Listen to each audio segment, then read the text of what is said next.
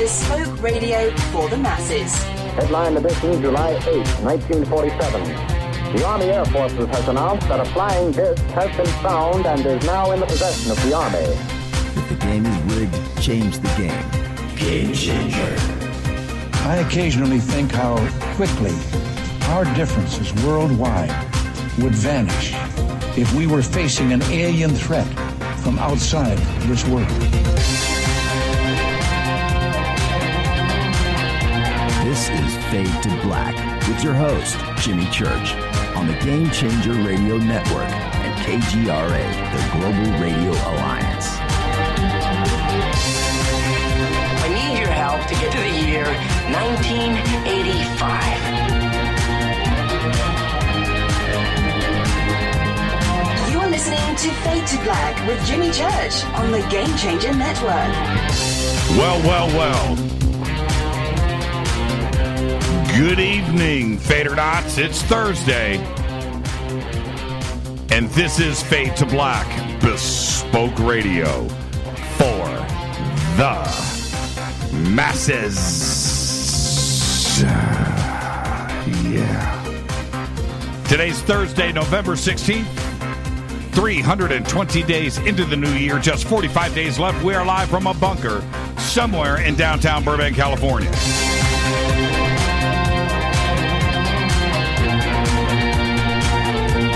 And I would like to welcome everybody listening all around the world, all across the United States, hither and thither, to and fro, back and forth, up and down, east and west, north and south, far and near. This is Fade to Black for KJCR, the Game Changer Network, and KGRA, the planets. I'm your host, Jimmy Church. What is cracking, everybody? How you doing? It's Thursday. I'm in the chair.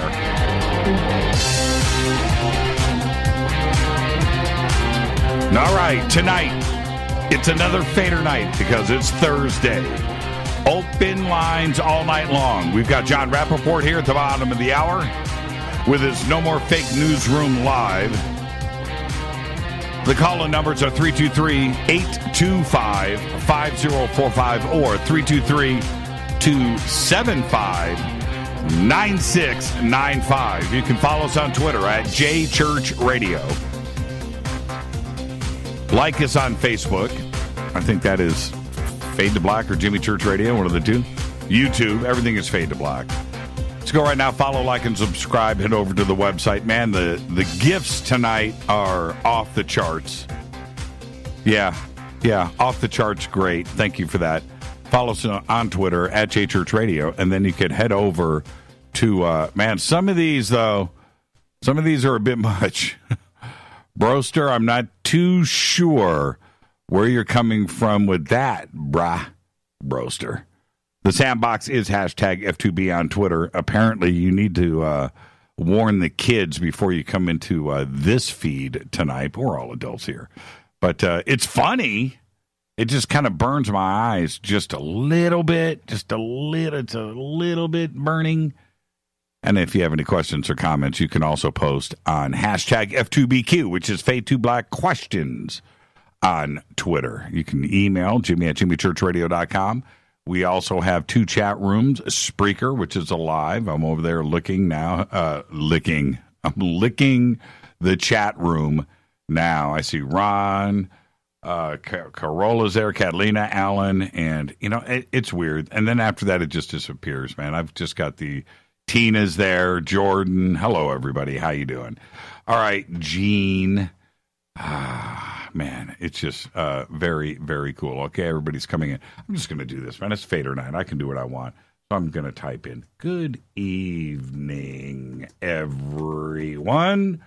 Boom. And that is going to the chat rooms. Okay. It's Fader night. It's open lines all night long. We're going to have Jon Rappoport here at the bottom of the hour. For his No More Fake Newsroom Live. And then after that, we're going to switch to open lines all night long. And so I was talking to Rita right before the show. I said, I had so much fun last week with the big giveaway, right? The books, right?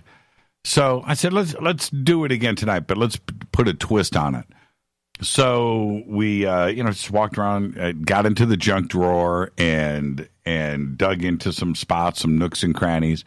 And got another pile of really cool stuff here. I've got some DVDs and some books. And so that's it. I'm going to go ahead and do it again tonight. But this is what we're going to do. Your call has to pass the sniff test. Bring your A game. Bring your A game. The audience wants to hear your stories. So, of course, UFOs, encounters, sightings, what your best, what's the one, so those are always great. Ghosts, any near-death experiences, ever met a loved one that went to the other side and came back and hung out with you a little bit. Ouija board, ghost story, right? Ever have a 4-foot gray alien in the corner of your bedroom wiggling your toes trying to wake you up? Anything like that? You know what I'm talking about. Okay? So bring your A game. I got enough to supply the entire show. So if everybody brings their A game, I got everybody's going to get stuff. But just bring it. Bring it. Okay? Passes the sniff test. You're going to get the goods. All right. Where am I? What am I doing? Let's see here. Oh, a couple of things. I'm going to talk about this throughout the show tonight. The Keystone Pipeline bursted at its seams today at around 6 a.m. this morning. We'll talk about that a bit later. It's just funny and ironic, right, that we just had Danny Sheehan on the show talking about Standing Rock. And then today, 2 days later, 210,000 gallons, 5,000 barrels of oil. Right now, they got it shut down after 15 minutes. It's what the comments from the company, their press release about this. It's hysterical. So I'll get to. It's not funny, but it's funny, and I've got that in a little bit. We'll talk about that. An amazing discovery today was recently in France. Oh, man, I'm talking about a treasure. A treasure was found, so we'll talk about that, too, as well. I've got that story for you and a bunch of other stuff. Okay, now, today is November 16th. We have 14 days to the cutoff, to the last day of our next late-night podcast star contest. Okay, we're going to find the next podcast star. You want to enter. Go to jimmychurchradio.com, click on the Game Changer banner right there at the top of the page, the tab, how to enter, and the rules are right there. Okay, you must register as a Fadernight. You got to live in the United States, and you've got to pitch us what we need in that pitch, and everything else, and all the rules are right there. The grand prize is a Tascam Mini Studio Creator US-42, a pair of their great TH-MX2 headphones, and one of their TM95GN microphones. All the cables, everything you need for a podcast studio is the grand prize. Okay, so head over to jimmychurchradio.com. Make it good. The entries so far have been fantastic. Bring your A game. I love saying bring your A game. Don't bring your B game. Why would you want to do that? What is that? Soy hemoglobin burger. Those are illegal in the continental United States.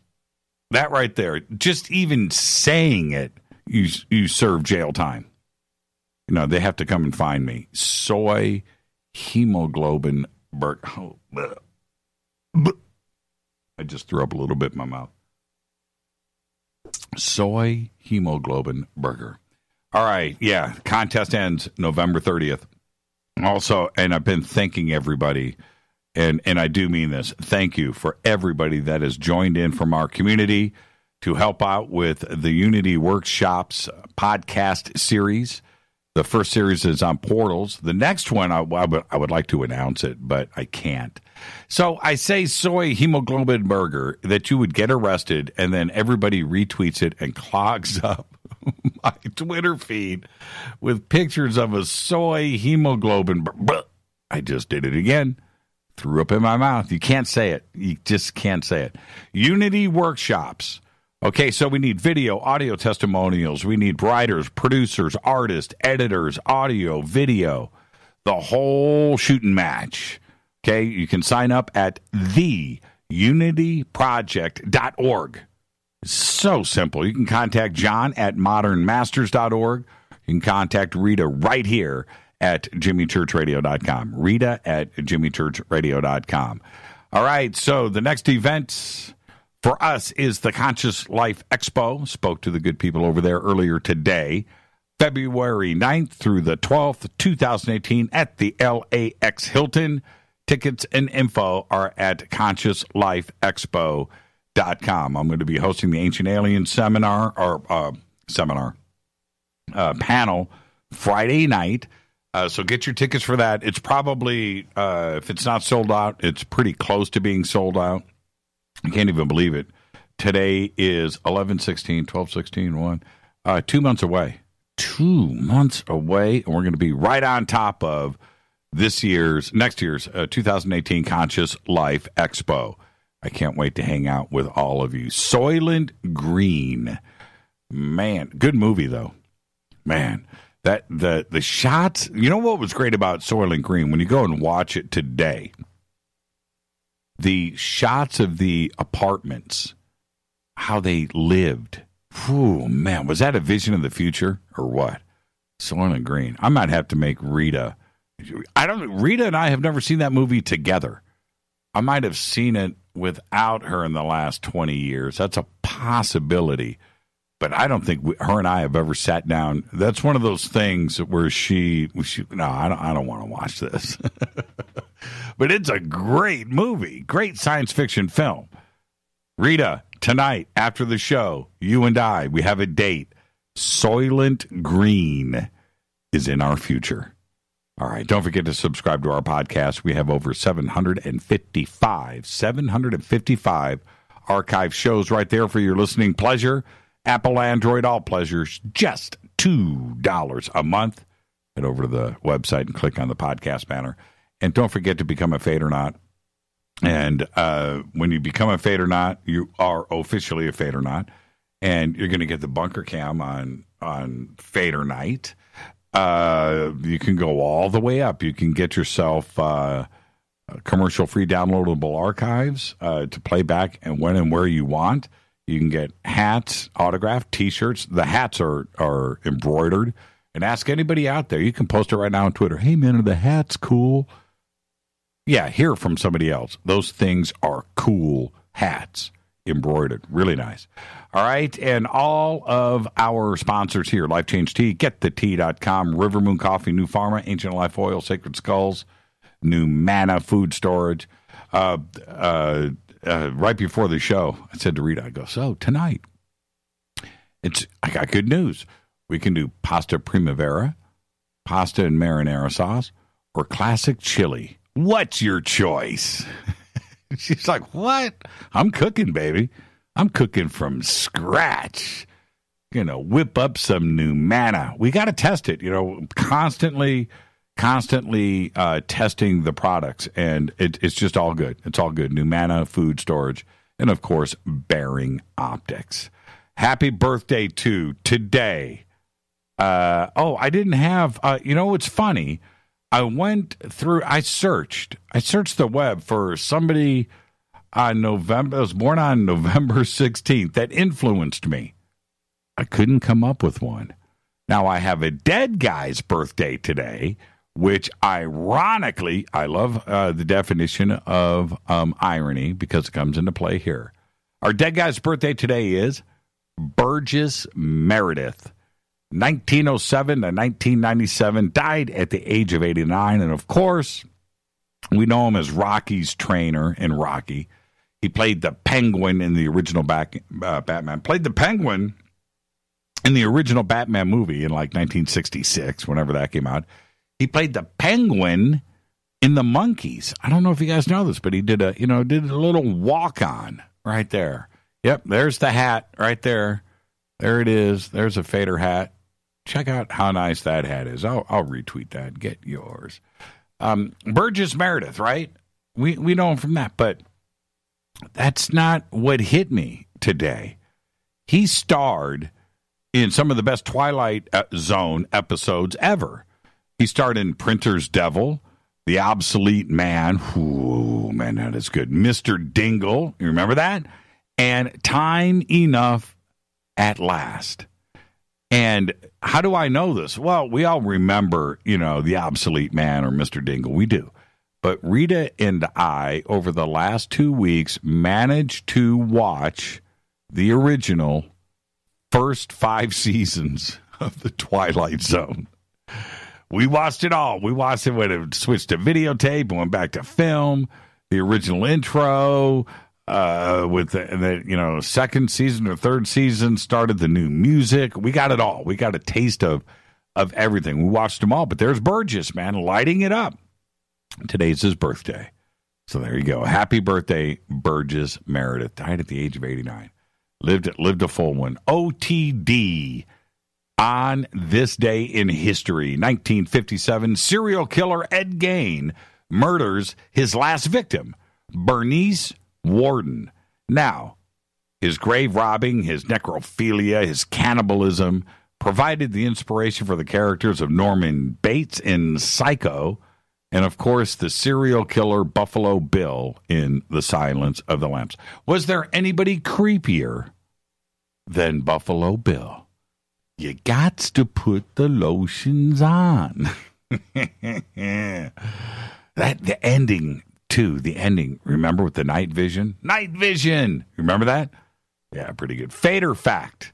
Now, I tried to vet this today. I got a little confused on the math trying to get this put together. But here's my Fader fact. And everybody over in Australia that's listening now, I want you to tweet in Twitter if this Fader fact is correct, because it's for our friends down under. Now, here it is.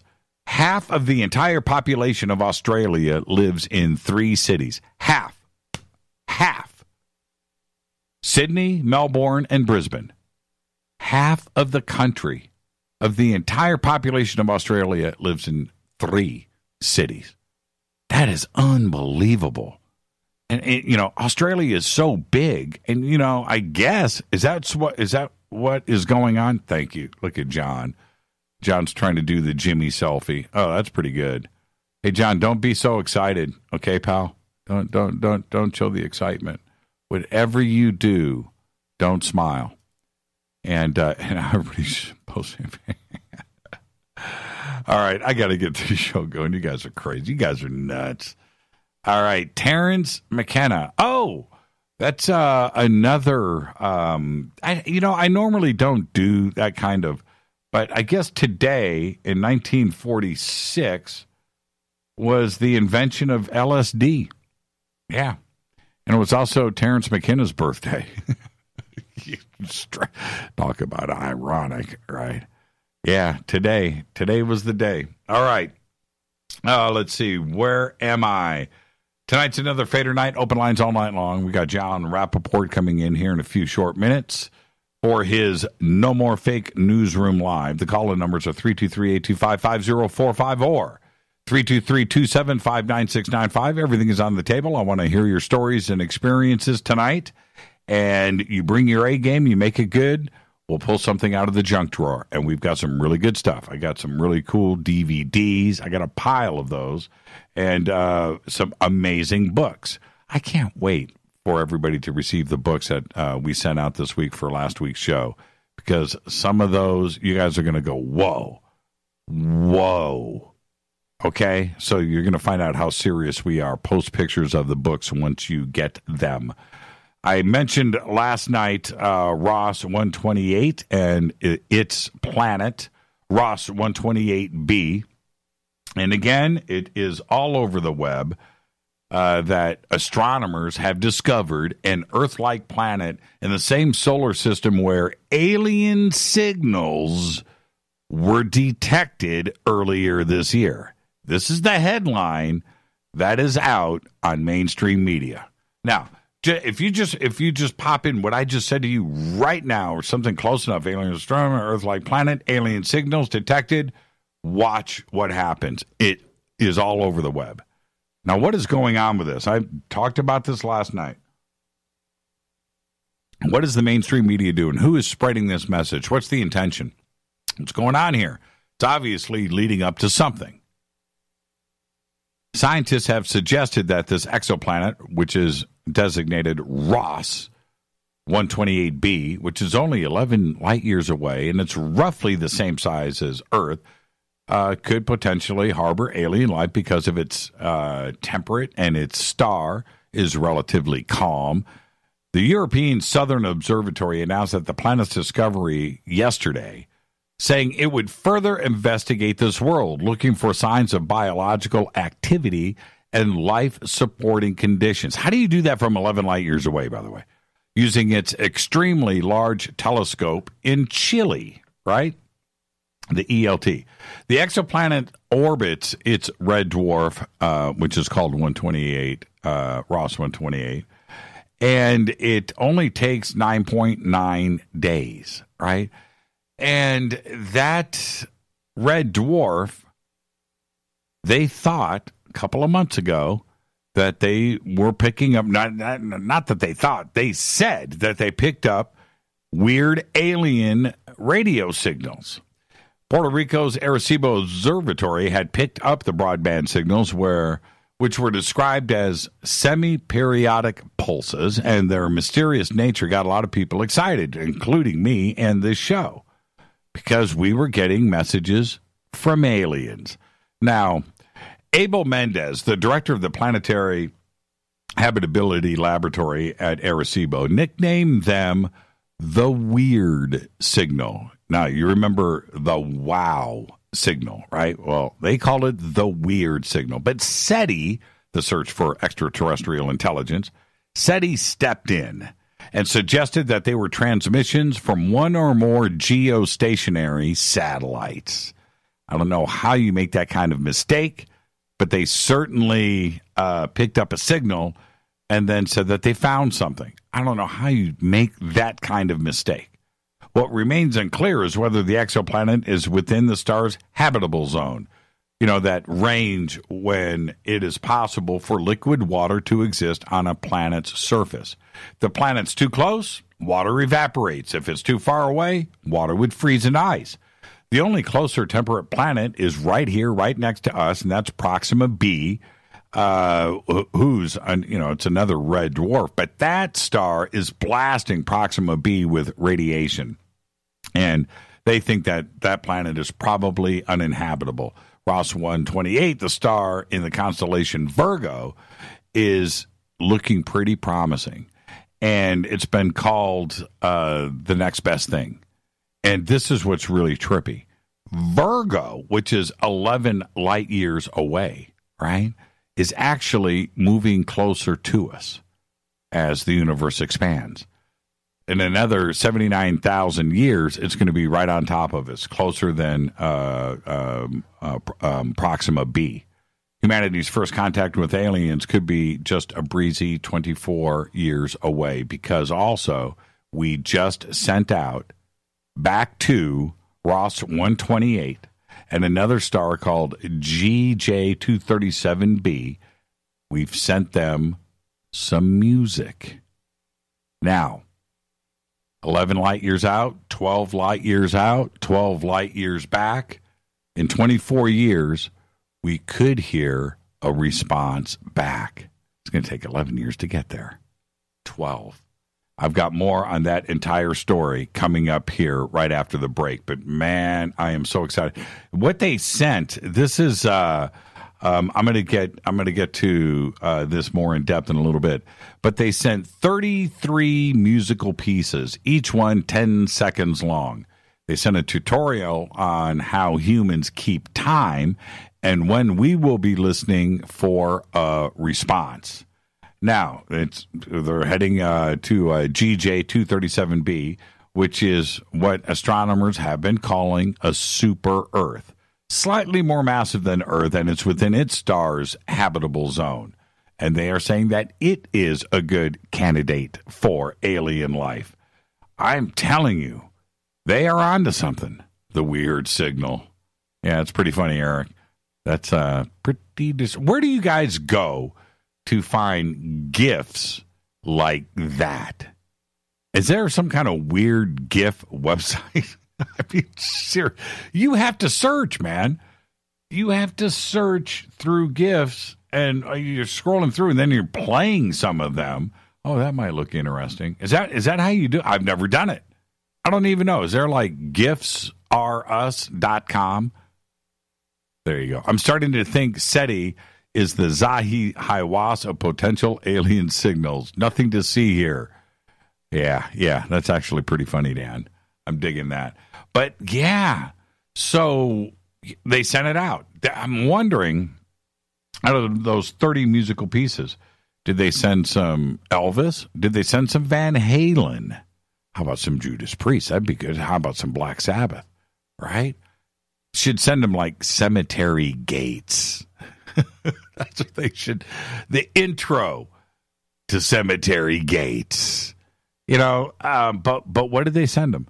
It had to have been a bunch of soft music, like Tie a Yellow Ribbon, right? It has to be something like that. The Carpenters, they got to throw softballs. I don't even think they would do the Beatles. That'd freak them out too much. Barry Manilow, right? Maybe some Neil Diamond.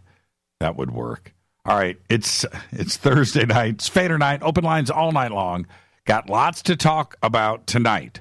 Jon Rappoport's going to be here in a minute, and what I would like to do, just like we did last week, I've got a pile of stuff to give away. I had a good time doing it. It was fun. Okay, we shipped a lot of stuff. I enjoyed all of it.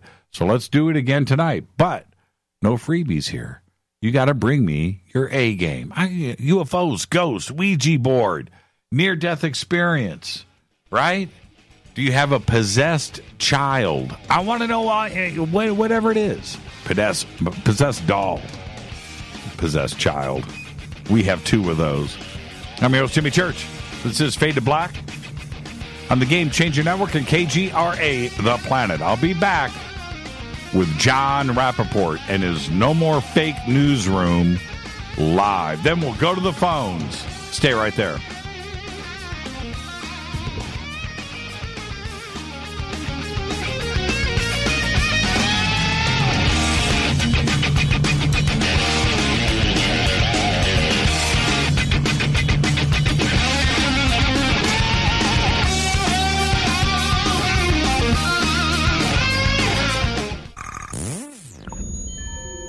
You're listening to Jimmy Church, Fade to Black. Fade to Black will now pause for alien identification. The station that talks the net. KGRA Radio. When you take the beans from Central America with dashes of Indonesian and African mixed in and then roast it to the dark side of Fade to Black, you create the ultimate brew of fringe. Introducing the Fade to Black blend from River Moon Coffee. Yes, River Moon's darkest customized roast was created for the love of Fade to Black. The alchemy of masterful roasting and smoking the beans is in every sip of this full-bodied dark Java. I need my coffee dark, deep, with distinct bittersweet chocolate highlights, just like the bunker. Leaning further into the darkness of the roast is Fade to Black blend from River Moon Coffee. Just click on the banner at jimmychurchradio.com and use the promo code F2BBLEND for 15% off of your order today. Go Beckley Teppy. So are you tired of being tired? Well, then it's time to get the tea. Hey, it's Lisa here to tell you about this all-natural, all-organic tea I've been drinking that has had great results for over 20 years. It's called Life Change Tea, and it's specially formulated to help detoxify and cleanse your kidneys, liver, colon, and blood all at once. The colon is one of the most ignored organs in the human body. The faster that waste is eliminated from the body, the less time that waste sits in our intestines, spreading toxins to our bloodstream. This tea helps cleanse chemicals caused by outside intruders from our entire digestive system. And get this, weight loss can be a side effect. And with continued use of the tea, you can experience clearer, healthier, younger looking skin, increased energy, and a happier outlook on life. So if you're tired of being tired, get the Life Change Tea at getthetea.com. That's getthetea.com. And like me, you'll be glad you did. 9 out of 10 geneticists agree. Fade to Black is not your father's radio show on the Game Changer Radio Network and KGRA, the planet. Win big with KGRA this summer. Tickets and hotel accommodations to the biggest conferences, autographed books and DVDs, chances to win all-inclusive conference cruises, and private dinners with your favorite KGRA hosts. Click the contest tab at kgraradio.com for your chance to win big this summer. Your contact for the best alternative talk radio on the planet. kgraradio.com. Hi, this is Rob Reiner from Anvil, and you're listening to JimmyChurchRadio.com. What's up? I'm Chris. What up? This is Kyle Massey, and you're listening to Jimmy Church Radio.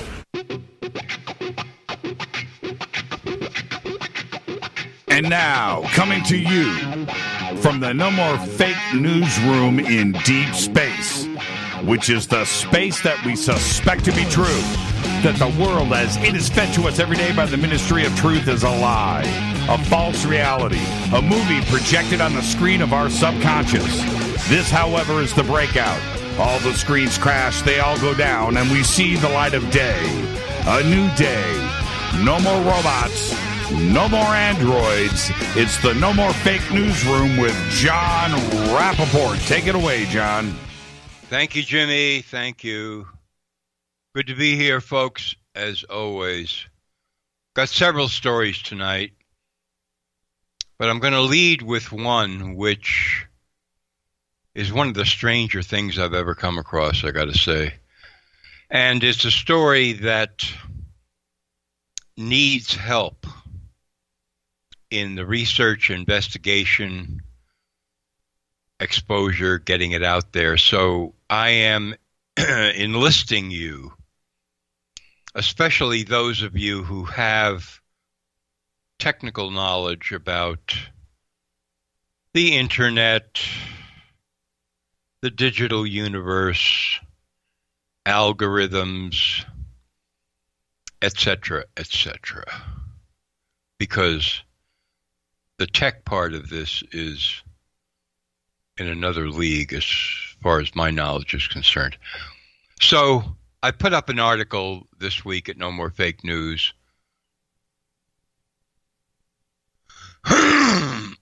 Excuse me.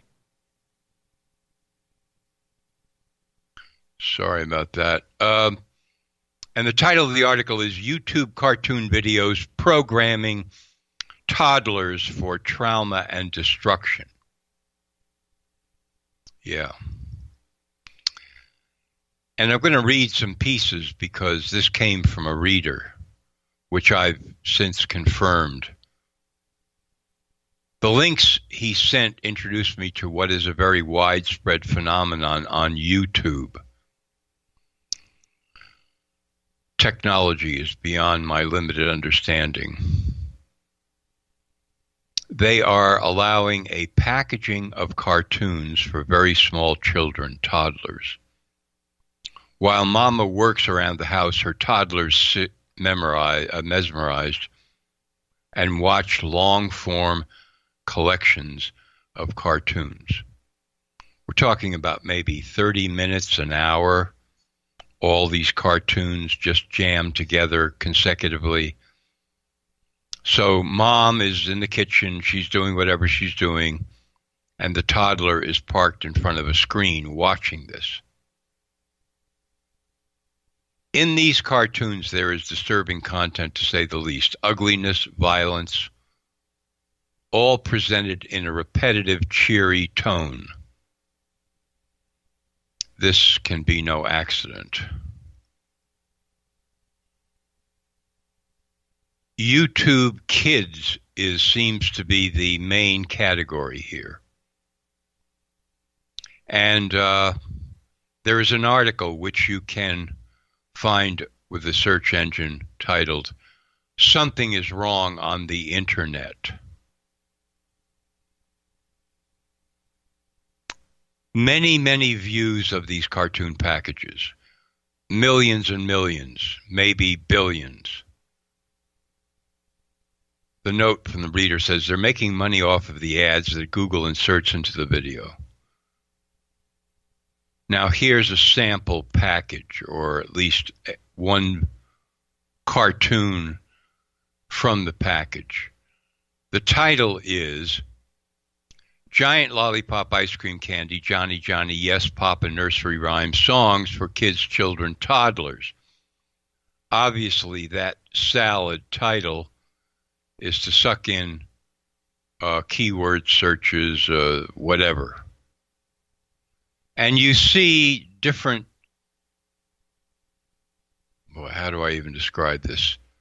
You see a couple of kids who look like kids, maybe 5, 6. You see a cartoon character, and you see 2 adults, a man and a woman. And if you remember the Batman movie in which Heath Ledger played the Joker with some really hideous makeup, that's what some of these characters look like. That's just for starters, okay? And all the while, this cheery music is playing, you see. Little ditties, among which is a song called Five Finger Nursery Rhyme. You might remember that one, jot it down. It is in tens of thousands of videos of these videos. Just the video portion is changed.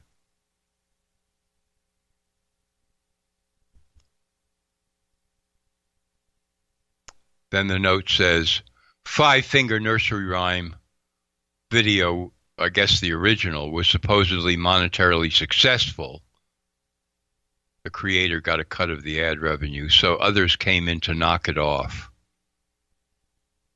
Then there's another one, Cute Kitten Cat, Colorful Learning, etc., etc. 4 little multicolored kitties,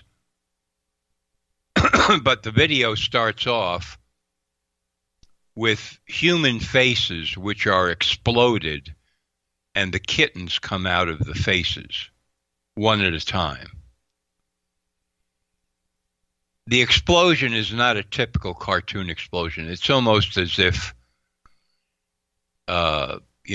guns were fired or something like that happened. We're talking about toddlers here looking at this stuff. And it gets worse. I've only given you the tip of the iceberg here. So what I'm suggesting is you explore this universe, those of you who have the skills, and figure out as much as you can about what is going on here. This is an extremely popular thing that I'm talking about. And I'm just adding up as much of this as I can on my own, but there are people with tech way beyond mine who can do more. It's unbelievable what people get into, what they'll do. The article again is Something is Wrong on the Internet. Just type that in. I don't have the website in front of me right now.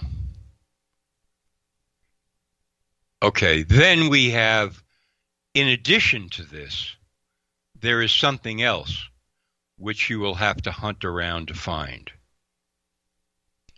These are YouTube videos that are produced using real people, children, young children. And this is, these are companies. I don't know who they are, where they come from exactly, but they enlist children by telling them to send in videos of themselves to qualify or audition. They're like audition tapes. And then somehow videos using some of these children are then separately produced by these companies. And now it's like sort of like talent shows. I don't even know how to describe them, but they're sort of like that. Only some of these children are posed in very disturbing ways. Like you'll see a child lying on a bed taped to the bed. and other very strange and disturbing things, some with sort of sexual overtones, other overtones of violence. But the whole mood, you see, of these companies is, no, this is really, to expose the talent of your children. And it's all very positive. How the parents get involved with this and permit it is just beyond me. Now, this is a whole separate industry that is going on YouTube. It's sort of related to the story that I just covered here, but it's its own universe. And this too needs to really be explored to see what is going on here. I mean, it is dark and very strange. I read a piece about one company, I think it was based in England, and the original founders, all of them eventually left. Supposedly, while they were there, it was all kind of nice and cheery and positive, but then after they left, it all turned into this other very sinister type thing. These people and their companies and so forth need to be rooted out and exposed for what they actually are, what they're doing, and the effects on children.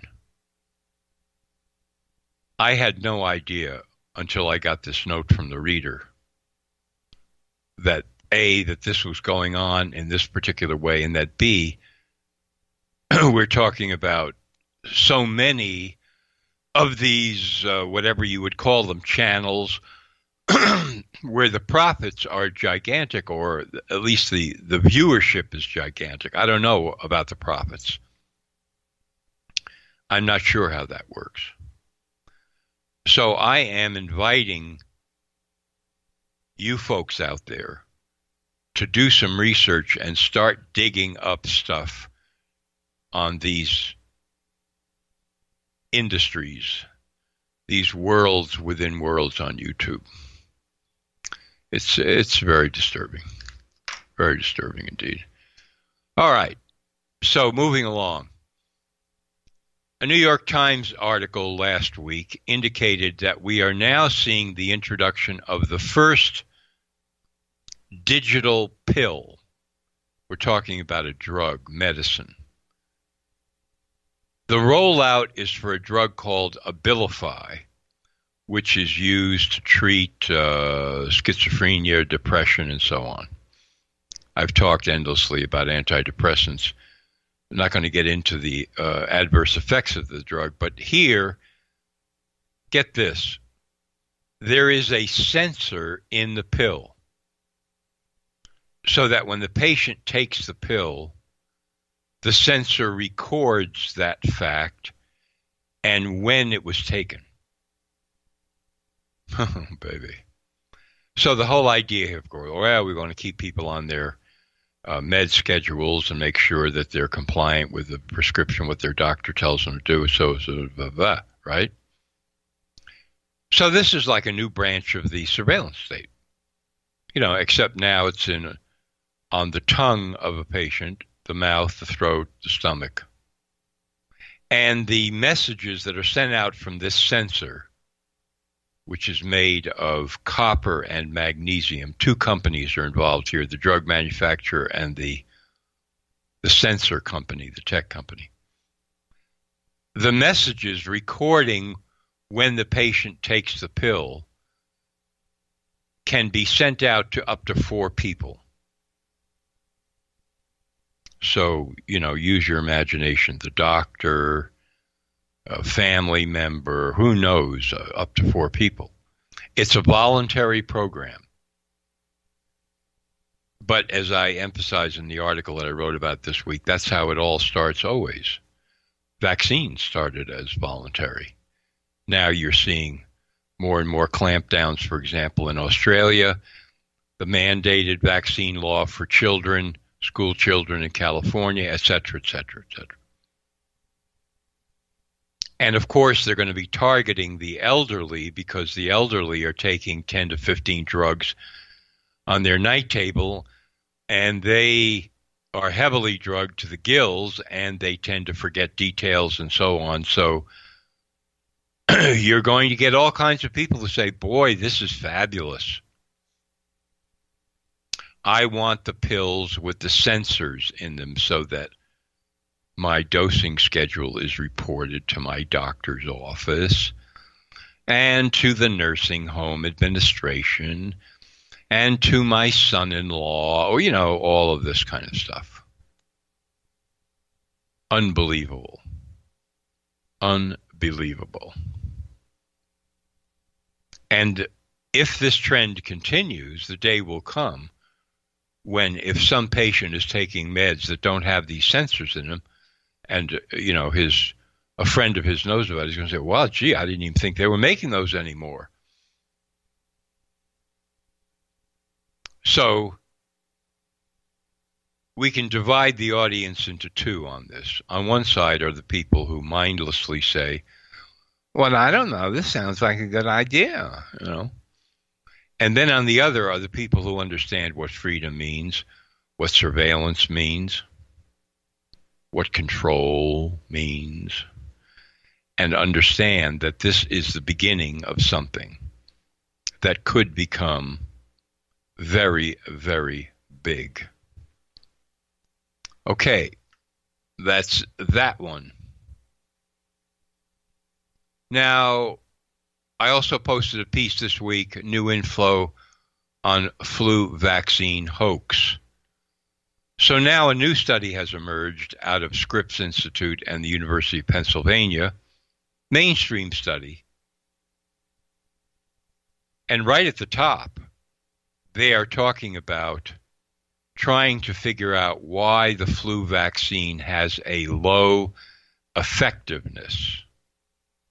A low effectiveness.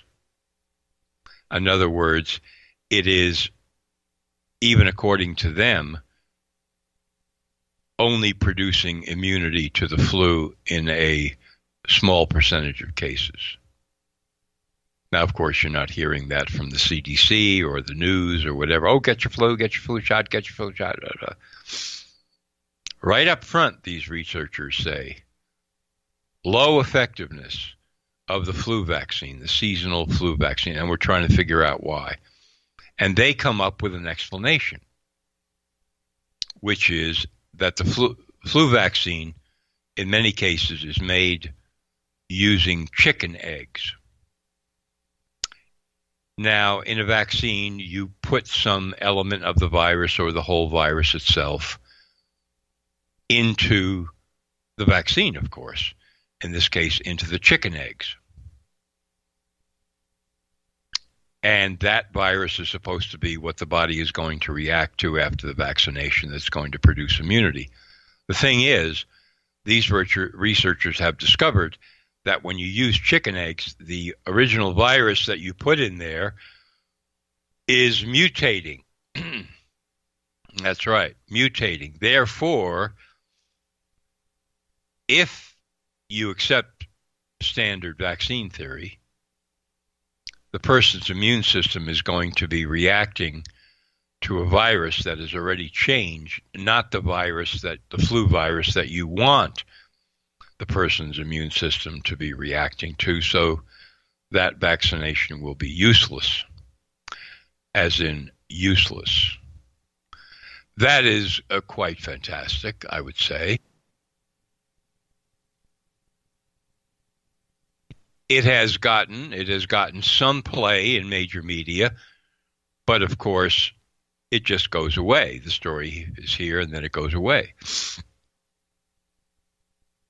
So we have millions and millions of people taking flu vaccines, and yet the virus that their immune system is reacting to is not the one that the drug companies claim the immune system is reacting to. It's reacting to a mutation, which is not that season's flu virus. So even if you accept, which I do not, standard vaccine theory, you're up the creek with these flu vaccines. There is much more to say about that, but I will leave it at that for the moment. Quite incredible. And finally, Monsanto is back in the news because their Roundup Ready food crops, which are supposedly resistant to that herbicide, Roundup, which only kills the weeds in the farmer's field, has, as many people now know, been a real failure. Many of the weeds are not being killed, and they grow to become super high super weeds, which are wrecking farmers' fields, their livelihoods, their business, the economy of the small farm, or of not just a small farm, any farm that is using the Roundup Ready GMO crops. So Monsanto has finally, in a backhanded way, confessed that this is the case, this failure. Of course, they don't call it that. But they have now stepped up their ante to a new level using a more powerful herbicide called dicamba to kill the weeds. The problem is that dicamba is drifting, it does that, into other farmers' lands who are not using Monsanto GMO food crops, and the dicamba apparently is destroying their food crops. And now there are 25, I won't say many more than 25, many farmers' complaints against Monsanto that have been lodged with governments in 25 states. We're talking about the destruction on some level of 900,000 acres in Arkansas and roughly an additional 3 million acres in 25 other states that are being attacked and torpedoed by dicamba drifting into farmers' fields. Now, you would think that would be page one headlines and the lead story on the nightly network news, but it's not. But it's happening. When will a few of these major executives get put in prison for 30, 40, 50 years to send notice that the people do not want these poisons on their land or in their food or in the soil or in the water? Okay, that's my report for tonight. Maybe Jimmy and I in a few minutes can discuss this incredible YouTube cartoon deal here. Dude, something is wrong on the internet. Now, normally, John, I listen to... I blocked you out. I read this, as much of it as I could. I'm blown away. And, this is the thing. I think we all... this is like a Pandora's box situation. We all fear that something like this could be going on, right? The platform is there. It's ripe and ready for this kind of abuse. But to see it like this and looking at these numbers, the numbers of views on some of these channels, which are in the billions, right? That is crazy. Yeah. That is absolutely nuts. And the videos themselves... the thumbnails look all innocent, and that's it. And they put these things on autoplay, these parents occupying their kids like a babysitter so they can just run around the house, and they've got this stuff playing on the TV, right? Maybe a computer. But these things are rattling off one after another, and you don't know what the content is. There's no regulation. Nothing. And I've seen, I posted a couple of the videos on my site, but I've since then seen much more disturbing things happening in these cartoons. than you'll see there. I mean, it's woo, baby, billions of views, huh? Billions. And you ask me about how these are monetized, right? Okay, an average, if you do it right, you can make about $700 per. It depends on how you do it, how long the video is and stuff, but it averages about $700 per like 100,000 views. But it depends on how you're doing it. Now, but start to do the math on this. So if you are somebody, some of these channels have, 500 videos on it, 400 videos. So if you have a situation like that with a huge playlist, and you are accruing 4 million views per month per video, now you start to do the math here. And it is an extraordinarily large amount of money. And it continues to pay. Right? So you know what I mean? It's like syndication. You get paid on that all year long on a video that you created 9 months ago. Well, it's still sitting there and it's still monetized. So the more videos you get cranked out, 3-4 minutes each, 5 minutes each, and the more that you crank out, the more money that you make. I mean, it's an obvious statement, but what I'm saying is you don't want to make a 2-hour video. That's too much time invested, right? No, It's more about cranking out. It's a numbers game. And you really start to see some extraordinary things. There are people out there that make a lot of money on this. And it's the theft of those videos, too, as well. I was reading that in the article. That some of these are pirated, and they go across, there's thousands of channels. I'll give you another example. There are people that will go and grab some obscure song, it could be of a famous, whatever, but it can get 1 million views fairly quickly, but they never did anything. All they did was upload the the audio file, threw a picture on it and uploaded it to their channel and monetized it, hoping they're not going to get caught. But if you do that enough across the board, this is free money to a criminal. You know what I mean? It's just free money. It's just printing money. Unbelievable. Yep. Unbelievable. Just goes straight to your PayPal account at the end of every month. $50,000. It just depends. It just depends on what it is. But you give that kind of opportunity of getting free money to the criminal mind, they're going to do whatever it takes. And it includes, and I never even thought about that, the kids market. The kids market. Yeah. Oh, man. John, you're the very best, man. And thank you for disturbing us. I'm going to go watch some of these videos tonight after the show. But in the meantime, enjoy the rest of your week, and we'll see you right here. Thank you so much. Thank you, Jimmy. Thank you. Jon Rappoport. Again, start off your day every single day at nomorefakenews.com. That's what I do. He's the best. Jon Rappoport. Okay, here we go, kids.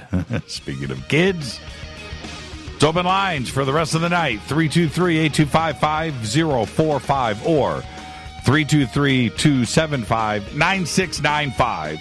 Going to give away some more stuff all night tonight from our junk drawer. UFOs. Bring me your best stories for the audience. UFOs, ghosts, near-death experiences, whatever it is.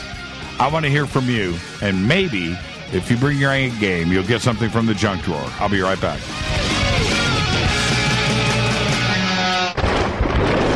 This is Fade to Black with Jimmy Church on the Game Changer Radio Network and KGRA, the Global Radio Alliance.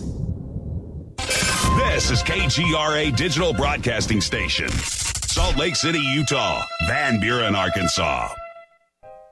Hello, Fadernauts. This is Jimmy Church, and I'm introducing New Pharma, a company whose products are based on science. Human function based on the endocannabinoid system, or ECS. New Pharma firmly believes in this science, and their research indicates that support of the ECS provides the beneficial effects for a healthy lifestyle. New Pharma's science includes relief capsules for pain relief, Sleep Capsules, which are natural support for occasional sleeplessness. Foundation is support for your ECS, and Fit Capsules support your active lifestyle. Just click on the banner at jimmychurchradio.com and use the promo code F2B for a 33% discount on all of their products. Or visit newpharma.com for all of the knowledge on the science. That's GNUpharma.com. Go back, Lee Tappy. Hello, and you're listening to my main man, Jimmy Church, on jimmychurchradio.com. Hi, this is Ray Hobbs here, repping the planet, and you're listening to my good friend, Jimmy Church, Fade to Black, on the Game Changer Network and the KGRA Digital Broadcast Station. This is Toby Kebbell. You're listening to jimmychurchradio.com. Don't hurt me, Jimmy. I'm only little. Hey, I'm Adrian Grenier. And this is Ari Gold. We're the Honey Brothers. Yes. We are of the Honey Brothers. Hey, I'm Adrian Grenier. And I'm Ari Gold. We're the Honey Brothers. And you're listening to Jimmy Church. The Revolution. Ancient Life Oil. Life-changing. The real oil. CBD is truly Ancient Life Oil from the source. This oil has no psychoactive effect and is also legal in all 50 states. When you're healthy, you're happy. The truth about this wonderful plant is that it wants to give back to mankind life, longevity, and happiness. Ancient Life Oil are golden grade, all organic, non-GMO, and infused with high-quality liquid coconut oil. It's simple. Just go to ancientlifeoil.com today. That's ancientlifeoil.com. The best, purest, organic, and non-GMO CBD in the world. Go back, Lee Tappy. The statements made regarding these products have not been evaluated by the Food and Drug Administration. These products are not intended to diagnose, treat, cure, or prevent any disease. Please consult your healthcare professional about potential interactions or other possible complications before using any product. This is Micah Hanks of the Gralien Report, and you're listening to Jimmy Church on Fade to Black, across the globe on the Game Changer Radio Network and the one and only KGRA Radio, The Planet.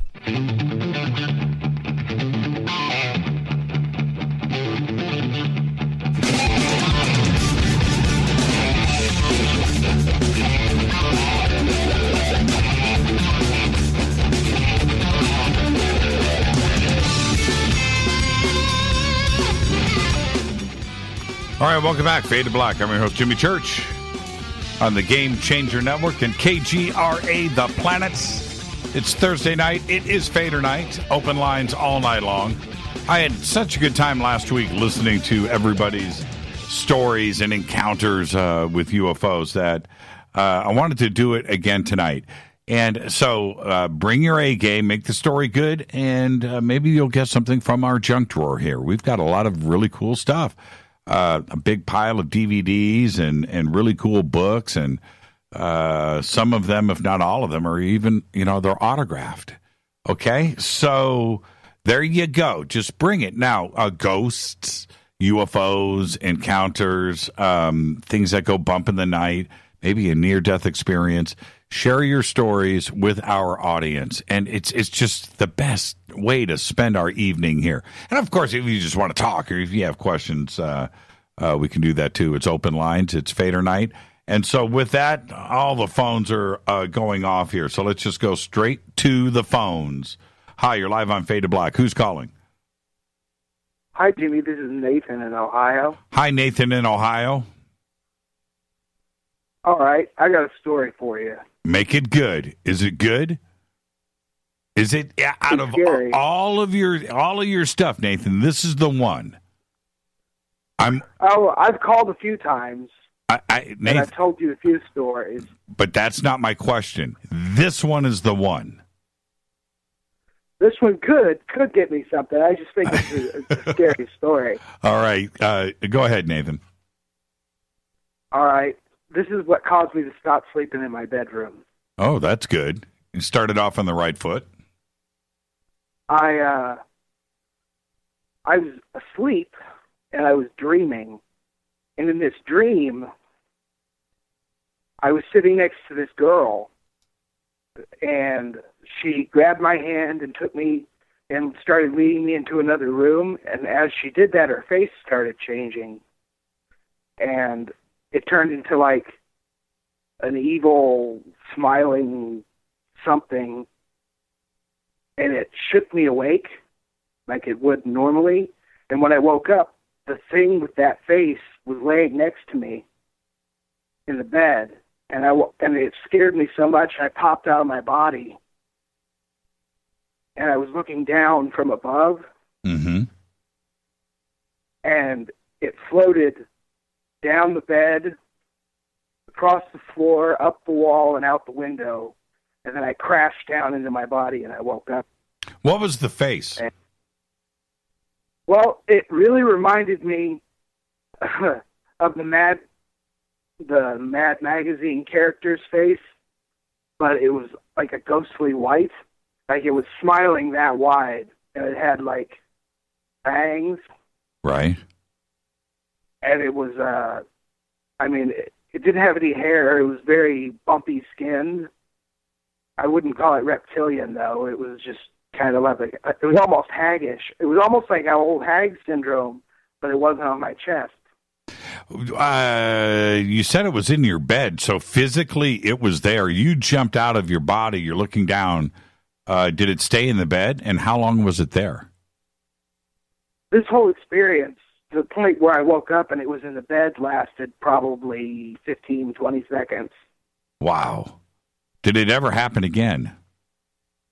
I've had shadow people and shadow person appeared in my living room. Yeah, but I mean, the Alfred E. Newman guy, did he ever come back? No. Yeah, that's crazy. That is absolutely nuts, Nathan. Hey, do me a favor really quick. Email Rita off of our website, okay? Send an email to Rita. We need your address. Thank you, Nathan. All right. Yeah, that's pretty creepy. I can't think of anything creepier than waking up next to Alfred P. Newman with fangs. That was his name, right? Was it Alfred P. Newman? Alfred E. Newman? Alfred P. Newman? Wow. All right, let's stay on the phones. It's Fadernight, 323-825-5045. If it's busy, you can't get through, go to 323-275-9695. Or just dial 323-275-9695. Let's go back to the phones. Hi, you're live on Fade to Black. Who's calling? Hey, this is Dustin from Texas. Hey, Dustin from Texas. How you doing tonight, Jimmy? I'm doing good, man. It's Thursday night. It's Fader night, Dustin. What do you think? Actually, me and my wife, we're out in the middle of nowhere looking at the sky, doing our CE5. We got some people together. We're doing our chants and everything. So it's going really good. Right now, you guys are you're night watching, sky watching right now? Yes, now. Do you have night do you have night right vision? Now, oh yeah, we got all that. What do you use for night vision? I don't know what it's called. It's like a straight. It's pretty much the ones that you sell. I think I don't know the name brand, but it looks like the ones that are on your website, pretty much. Right on, man, right on. But yeah, when I was little, I was at my buddy's house, and we heard this place was haunted or whatever, and we were sleeping there. We heard some crazy noises,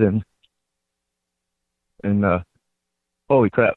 Hey, Jessica, look! You see this? It's a light. Are you guys seeing? Oh my God!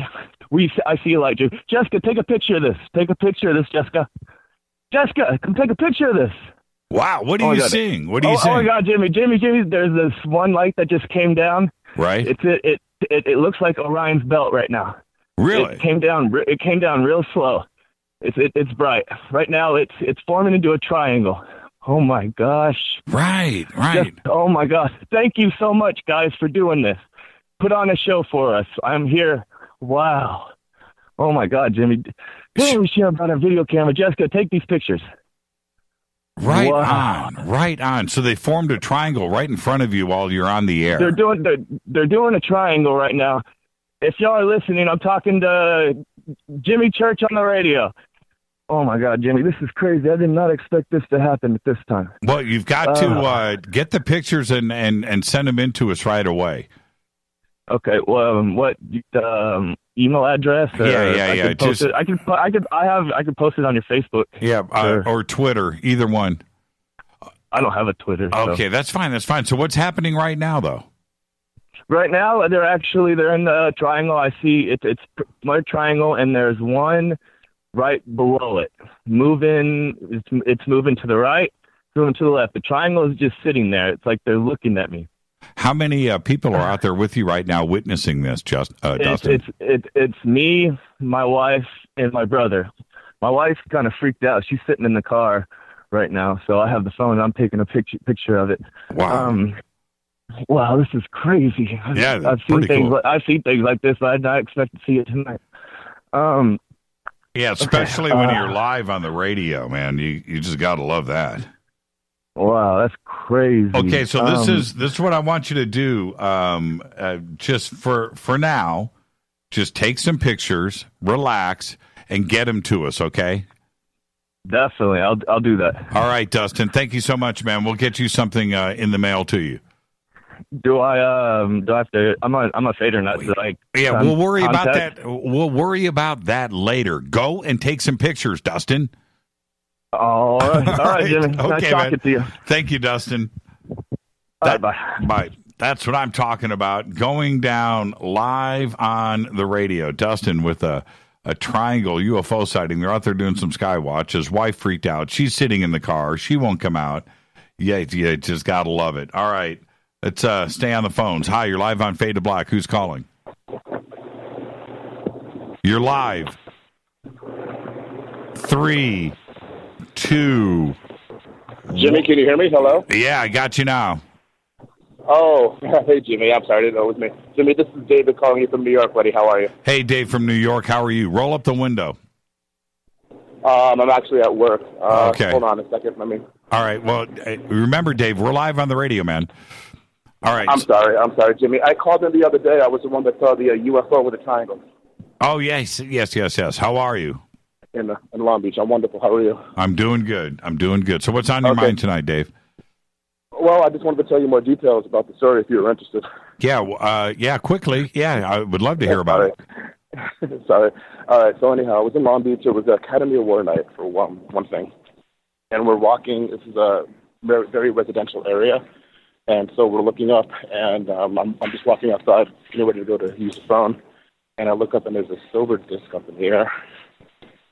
Hey, hi. And it's up in the stratosphere. I mean, you can see the comparison between helicopters flying by and planes and things of that nature. So it was definitely up in the stratosphere.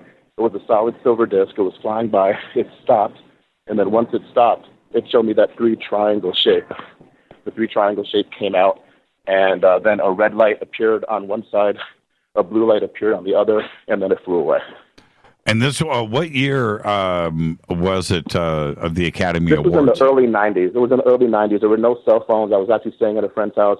I was supposed to go to an Academy Award party and couldn't make it, so I was walking out to use a payphone in order to let my friends know.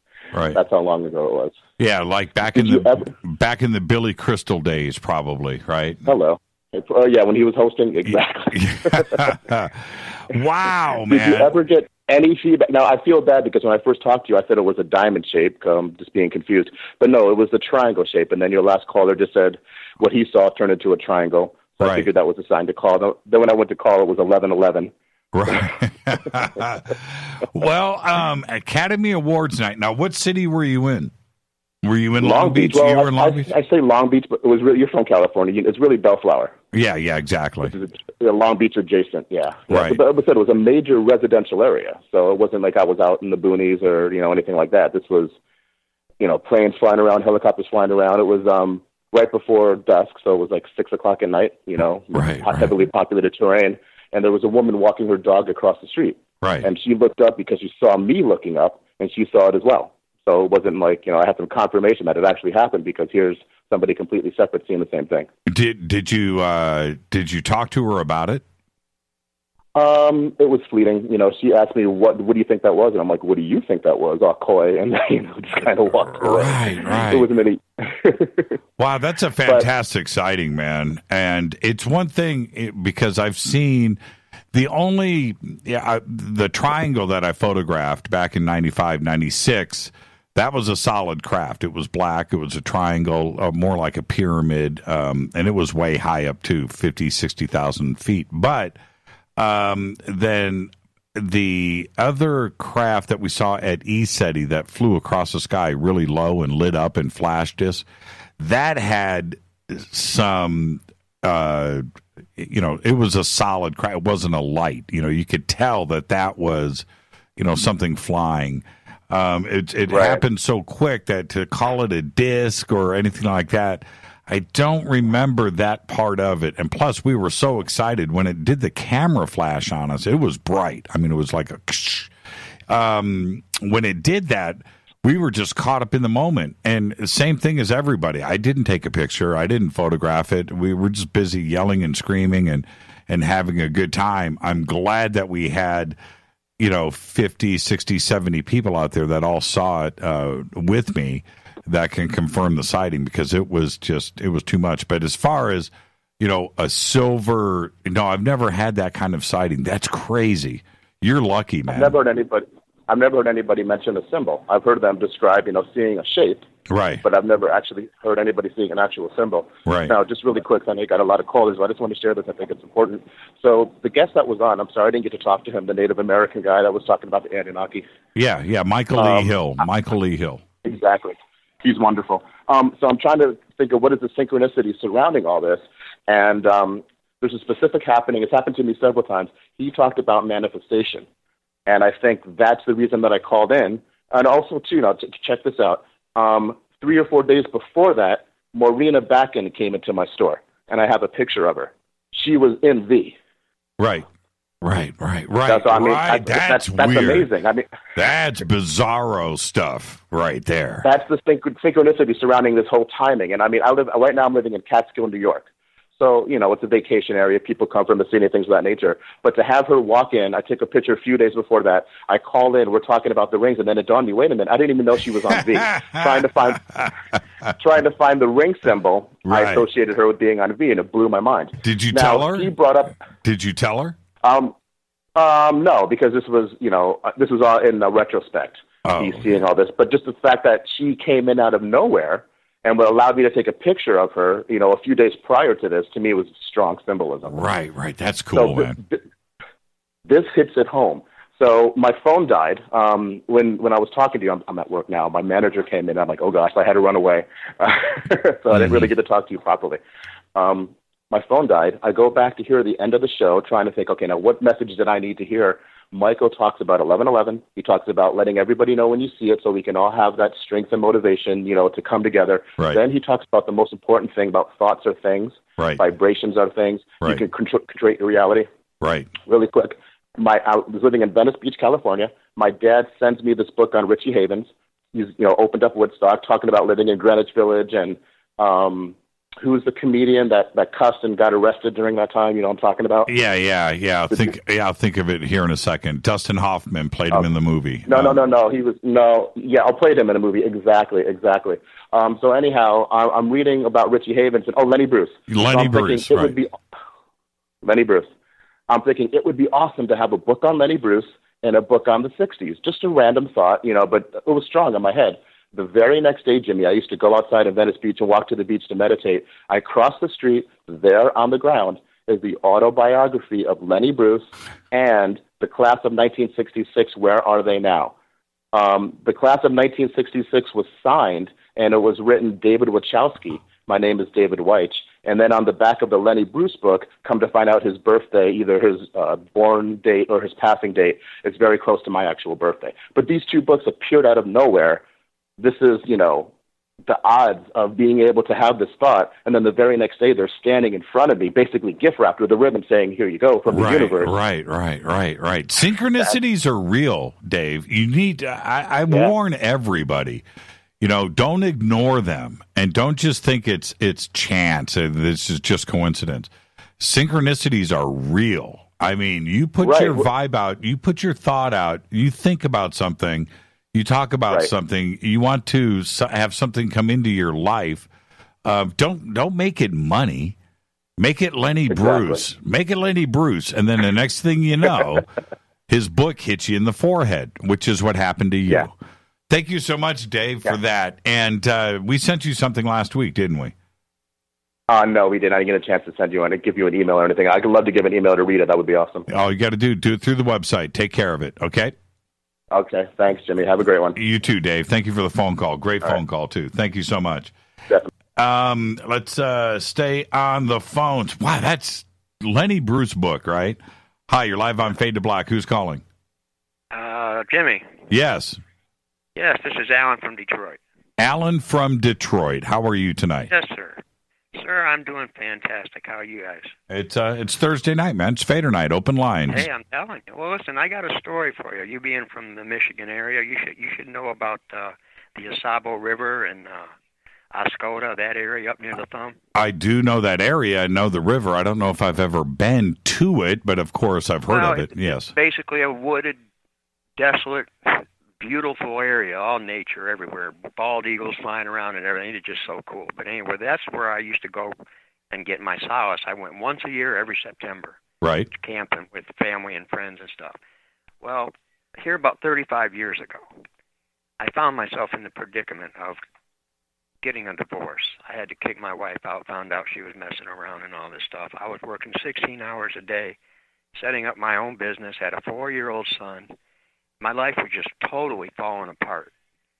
So what I did was I packed up my car, jumped in the car with nothing but, a couple cans of soup and my sleeping bag, and I went on a road trip, and that's where I went because that's where I feel at peace. Right, so right. I rented a canoe. The canoe driver took me 22 miles up the Asabo River and dropped me off with nothing. Okay, and the canoe, of course. So I started canoeing back down. I found this completely desolate area, nothing but woods all around me. And my state of mind was just totally whacked. My life had basically fallen apart. And I was searching for something. I didn't know what. So I got out of the canoe. It was getting late, starting to get dusk, looking for a place to bed down for the night. And I found this little clearing in this big old massive wooded area.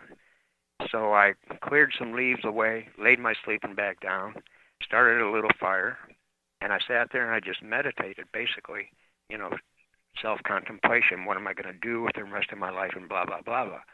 But anyway, I fell asleep. Now, this is, to some, will sound like a totally natural occurrence, but to me it was completely supernatural because I had the most vivid dreams of angels flying all around me that night. I mean, totally vivid. Now, when I woke up in the morning, Jimmy, and I swear on a stack as high as I am tall that this actually happened, the little clearing I was in was completely covered with little tiny orange butterflies. My sleeping bag, my hands, my arms, everything covered in these little tiny butterflies. I hold my hand out. They land in my hand. Now, this is reminiscent of your E-SETI things with the fairies and all this kind of stuff, but I'm telling you, the change that happened in my heart, what I felt, just put me in a total state of peace of mind. If you can imagine yourself being covered with, literally, I bet there was 250,000 butterflies within 5 feet of me. Right. If you can imagine having that many life entities on you and around you, the feeling is just outstanding. I mean, it has recharged my batteries and has lasted me for the last 35 years. Now, everybody, that's listening knows me. They know I had near-death experience at 2 years old. I died of convulsions of pneumonia and 108-degree temperature and all that crap. They know I had a background with paranormal and telepathy and all that kind of stuff, dowsing. I do it all. Anything's not without. It's all within possibilities for me. Right. And I found that my mission in life is to tell people about what's coming. And that is that we all know now. See, I've known all this in 72 when I had an awakening. That I'm not really of this earth. I'm from somewhere else. I don't know where. I do know that I have a mission here, and I've always felt that all my life. At 9 years old, I was told that walking down the sidewalk on the way to the Ben Franklin to get some bubble gum, something spoke to me, and I looked up in the sky, and it just said, "We got your back," you know. And I just looked up and said, "Well, thank you." Right. You know. But anyway, that actual event up in the woods of Uscoda changed my life. And I want you to just visualize millions of little tiny orange butterflies covering your body. Hold your hand out and they just land on your hand. And not a thought of hurting anything or nothing hurt me. You know, it was just mind-blowing. That's an incredible story. It's Alan, right? Yes, sir. Alan from Detroit. You know me. You've been on my Facebook, seen my UFO pictures. I call him in telepathically on my Instagram. Right on. Right Alan on. Karcher, you know. Alan Karcher, yeah. Yeah, thank you for that, Alan. Thank you for sharing that with us. And I've got to head to a break right here, but that's incredible. And send Rita an email with your address, and we'll get something out to you from the junk drawer. Jimmy, thank you very much, sir. Thank you, Alan. Great phone call. Great phone call right there. Now, this is what we're going to do for the rest of the night. Okay? Give me your experience. Whatever, supernatural. It could be that.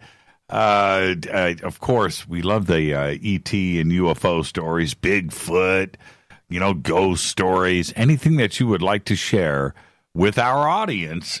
Tell us that story. Tell us that experience. And we'll get something out of the junk drawer if you bring your A game. This is Fade to Black. I'm your host, Jimmy Church. It's Thursday night. It's Fadernight. Okay, so 323-825-5045 or 323-275-9695. If you're on hold, stay right there. We'll get to everybody. Don't you worry about it. It's Thursday night.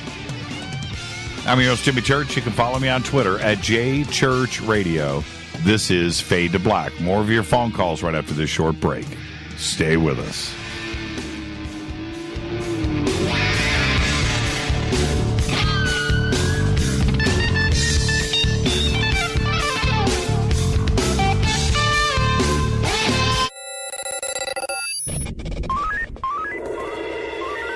Way out here, we listen to Jimmy Church.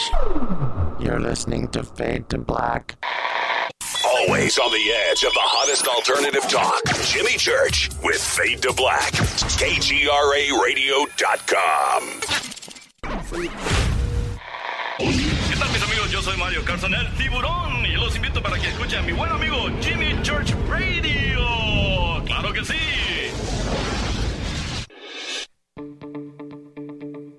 Hurricanes, earthquakes, wildfires. This year we've experienced more than our fair share. This is Jimmy Church of Fade to Black. And last month I decided to make sure my family does not have to worry about food should we get caught in a real emergency situation. Introducing Numana, a healthy, storable product that tastes so good that you'll want to eat it every day instead of just during those times of duress. All Numana products have a 25-year shelf life, are MSG and GMO-free, no preservatives, and are made in America. With the Numana pack in your home, you'll be able to sleep at night knowing that you've protected your family. Not only have I tasted and tested, I own it. Now you can too. Just click on the Numana banner on JimmyChurchRadio.com and use the promo code Jimmy when you order. In addition to a discount, we'll send you an autographed Fade to Black t-shirt. Seriously. Go Beckley Tappy. Do you worry a lot? Whether you're a college student, busy professional, parent, or grandparent, ongoing stress and elevated levels of the stress hormone cortisol can rob your memory, your health, and your future. Now you can combat the effects of stress and anxiety while improving your memory and recall at the same time with the dietary supplement Calm and Clever. Studies show that the ingredients in Calm and Clever reduce cortisol by as much as 30% in 1 to 2 weeks. Call 1-800-758-8746 or calmandclever.com. You listen to us, and we listen to you. And so does the CIA. KGRARadio.com. Hi, folks. CBD is the home run hitter for health right now. Why, you ask? Because of what it does for the body. Unfortunately, I can't tell you all about the benefit. There's reasons. Do your due diligence and log on to AncientLifeOil.com. That's AncientLifeOil.com. Ancient Life Oil uses organic ingredients and is blended in coconut oil. for some of the best benefits. Legal in 50 states and non-psychoactive. Log on to ancientlifeoil.com. That's ancientlifeoil.com. You are listening to Fade to Black with Jimmy Church on the Game Changer Network. Oi, oi, I'm Reese Evans. You're listening to Jimmy Church. This is Revolution. The revolution will not be televised. The revolution is on radio. Ciao.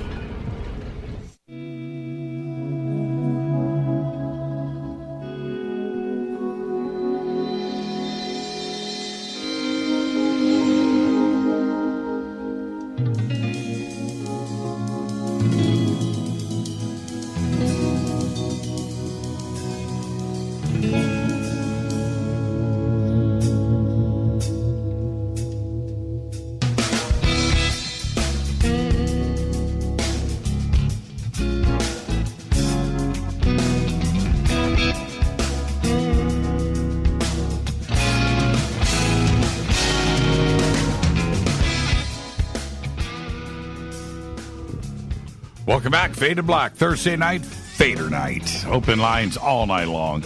So what we're doing tonight, giving away some stuff out of the junk drawer. I got DVDs, I got books, I got everything. And you know what's really cool, and as a dad, I got to say, this is the first time for me, but my daughter, our daughter, Diana, is listening to the show, and I get a text here. It says, "We're listening. Can you give us a shout out?" So absolutely nothing makes me feel better than my daughter Deanna and Savan listening to the show. So there you go. Big shout out to you two. You guys behave tonight. And Savan, make sure that Deanna gets home early. All right. You guys have a good time listening to the show. All right. Look at the phone lines. Oh, man. All right. Give me your best stories tonight. Give me your best stories, and you'll get something from the junk drawer. Hi, you're live on Fade to Black. Who's calling? You got me, Jimmy? Yes, I got you. Hey, Jimmy, this is Eric, the famous artist. Eric, the famous artist. How are you, Eric? Yeah, I'm doing good, Jimmy. What's up? What I do have you a got? question for you. Sure. You want a UFO story, or do you want a Ouija board story? I want both are whoppers. Okay, I want the best one. The one that you would tell me if we were sitting by a campfire. Again, they're both whoppers. So I'll go with the Ouija board story then. I'm here under a lot of pressure from fellow Fadernauts. I finally called in. Okay. Okay, so here we go. This is my second paranormal memory. I'm probably about 3 years old. Growing up, my dad's in the Navy. I'm living in Long Beach on East 55th. And I just got put to bed by my mom, and my auntie Kathy is over at the house with us over there at our little bungalow. And they got a Ouija board down on the floor. And my mom liked to mess around with that kind of stuff. Ouija boards, crystal balls. Well, she's got both out, and she's got this weird black wood candlestick that's shaped like a hand. Got a red candle in it, and that's lit and sitting on an end table beside the couch that my dad is sitting in. And my mom and my aunt are asking the Ouija board questions, and I don't remember the questions. I just remember them both backing away because the planchette begins to start moving by itself, and it's repeatedly spelling out, kill Sherry, kill Sherry, kill Sherry. And that's my mom's name. And at that point, she stands up and kicks the board across the living room, and the candlestick with the red candle in it shoots straight up in the air with the candle still lit and comes right back down on the table beside my dad, still standing upright, rocking back and forth with the candle still lit. That's the Ouija board story. Wow, that's nuts. You said you were 3 years old? And, yeah. And you remember it. My first memories are paranormal. Right. I've experienced her lifelong. That's why my paintings are so weird. Right. Okay, I'll go with that. And it's so strange for me to listen to your experience with that, because my mom and my Aunt Z, those two would do the same exact thing. So I don't ever remember the planchette moving by itself, but I used to watch them sit and zing that planchette all over the board all night long until I went to bed.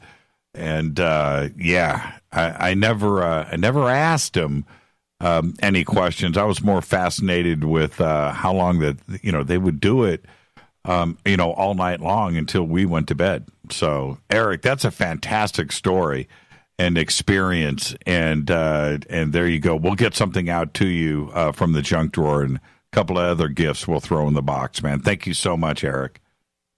Hey, thanks for letting me have a chat with you, and love to all my Fader fam out there. You have a good night, Jimmy, and I'll throw the speaker back on so I can hear you. Thank you so much, Eric.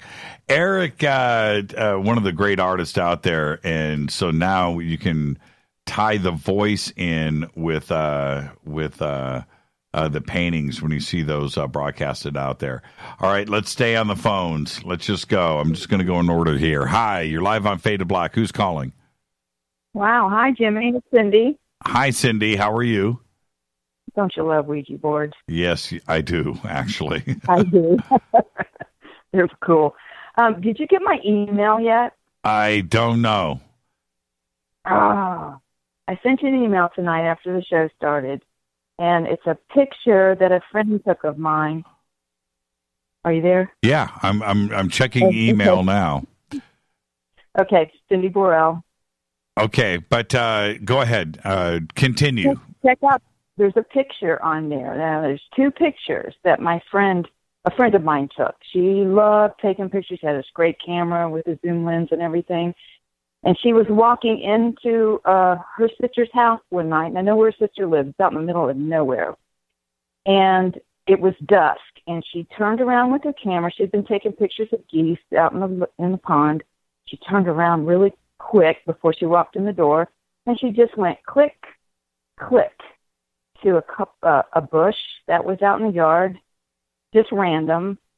And then when she got on her computer uploaded onto the computer, she's got these two pictures. One is, just the bush, kind of dark, you can barely even tell it's green because it's so dark. And then the second picture has these little lights that you can see in the picture. And she's like, what's that? So she expanded it to like 200%. And there's these awesome little lights that are tubular-like. And they're different colors and different shapes down at the bottom of the tree. And there's a couple lights in the tree, but they weren't in the picture before. And there's no lights behind there. Mm-hmm. There's nobody lives back there. There's nothing back there. He's like, and they're different colors, and they're little tubular things. Have you found it yet? No, I didn't get it. Maybe you sent it to Rita. No, but I don't have it here. I just went through everything, and I checked junk mail too. But okay, so Jimmy at jimmychurch.com? Yeah, Jimmy at jimmychurchradio.com. Okay, so resend it, and I'll check it out. I'll check it out before the end of the show, Cindy. I promise. I want to check it out. Okay. I could have told you another story, but oh well. That's okay, Cindy. But make sure you get that either to me or to Rita. Okay. I'll do that. Okay. Thank you so much, Cindy. You too. Tubular lights. That's interesting. All right, so this is what we're doing right now. Oh, you know what? I've seen this pop up a couple of times tonight. I'm going to do this just because it's been a long, long time. It's Maria from Sweden. Maria, how are you? Hi. Long time no talk. Yeah, there you go. It's probably been 6 months or a year since you've called in, young lady. It's probably been about a year. Yeah. So how are you? What's on your mind? I'm good. Well, I just for some strange reason, I woke up in the middle of the night and I thought I saw something outside my window, so I went and checked it out, and then realized that it was just a really clear night out and the stars were super, super bright. Right. And then I thought, you know what, I should listen live to Jimmy Church tonight because, I mean, I'm awake. Right. So I made a cup of coffee and thought I'd check in with you and let you guys know I'm going to be coming to California. I'm so excited. When are you making the great escape? I'm coming in December and I'm going back after the new year. And the first week I'm there, I'm going to Joshua Tree with some night vision. Right. That's always a guaranteed good time. Yeah, it should be a lot of fun. I've never actually seen, I mean, I've had a lot of experiences, as you know, from my stories, but I've never seen a UFO, so it should be exciting. We're just going for one night. It's going to be I'm the only one who's going to be UFO watching. The other people are going to be watching the, I guess it's the Leonid meteor shower. Right. Well, when you're out there at night, because there's nearly zero light pollution, and certainly where you go makes a difference too as well out there. I mean, you can get next to nothing, but if you have a perfect night without any clouds in the sky, it is about as extraordinary of anything that you could ever see. Even if you don't see anything, but you will, I guarantee it that you will. Yeah, I'm thinking so too. Yeah, it's a guarantee. But just looking at the Milky Way. And how it winds across the sky, it is just so beautiful out there. So it's a guaranteed. Yeah, well, good we time. Shouldn't be near any lights. We're going to be out in a campsite. We're taking out the motorhome, right, for the night. So we shouldn't be. It should be good. Yeah, absolutely. Well, let us know when you get here. Okay. Okay, maybe you guys want something from Sweden. You just let me know and I'll bring it out there with me. I would like ABBA's greatest hits autographed. Yeah, good luck with that. I'll talk to you, Maria. Behave and be well and have a safe trip out here. Okay. Really looking forward to that. Thank you so much, Maria. Finally, it's been a year since she's called in. She sounds the same. Hi, you're live on Fade to Black. Who's calling? Smog. My name is Smog. Your name is what? Smog. Smog? The stuff you breathe in L.A. Yeah. Okay, smog. My friends actually call me Smog. Okay, that's fair enough. I hear smog. I also think of the dragon from Lord of the Rings. But, I think his name was Smog, too. Smaug or something like that. Yeah, mine's like the stuff you breathe in L.A. Yeah, well, there you go. Because I'm originally from Orange County. So what's on your mind tonight? I moved here to Arkansas. Sure. What's on your mind tonight, Smog? I have, you can have two really neat stories to choose from. One, I was caught by angels when I fainted in a bathroom. Or the poltergeist that followed me to work. Oh, man, that's a flip of a coin. Let's go with the poltergeist that followed you to work. Okay. I was asleep and my mom was at a convention, so I was home alone with my cat. And it was summer, so I had the window open. And it was like I had... this thing came through the window. It like went whoosh. It's like I could sense it. And it hit my door, my bedroom, with a thud. And it moved it. And then it whooshed through the hallway and out to the living room. The following week, I was at work in my cubicle. Right. And I detected this whoosh again, and it hit the side of my cubicle. Same and whoosh. And it whooshed on. Same whoosh. Same whoosh. Wow. Did anybody else hear it at work? No. That's a drag. I was hoping, because when you said the poltergeist followed you to work, then all of you followed me to work, and that was the only time I ever heard it. Wow. I prayed to God, for it to go away, but after work, it didn't follow me back home. Wow. That's crazy. That is crazy. Rita and I need her to text me a couple of weeks ago after the show. We heard what sounded like a footstep, and it was loud. Okay, this wasn't like, did you hear that? No, we both heard it, and it was loud, and it was from downstairs. And we looked at each other. Neither of us got out of bed. We stayed right there, and it was loud. So then, and then it happened again, and Rita looked at me. So I got up, and I went downstairs. I grabbed something from next to the bed. Something was there, like a flashlight or something, to have in my hand, like I was going to. You don't have a gun? Yeah, like, well, I can't. I can't. Oh my gosh! I can't admit stuff like that on the air. Can't tell people that. But anyway, so let's just say I went downstairs. Now I'm armed, but everything was sealed up. Everything was correct, and there was nothing downstairs. Nothing, and it was loud. I was thinking somebody broke into the house, or. And the sound was like something got knocked over, and, like it was just loud. And then it happened again. Oh, I'll tell you something else hey, Rita, remember okay, so we're standing in I can't believe, do I get something sent to me in the mail from you for these stories? Shouldn't you send? Okay, so check this out. So Rita and I are in the kitchen. And we have the typical kitchen.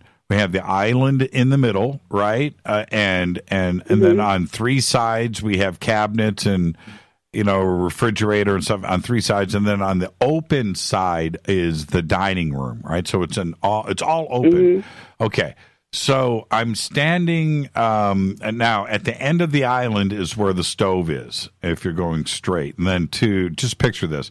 To the left is the sink with the window going out to the backyard.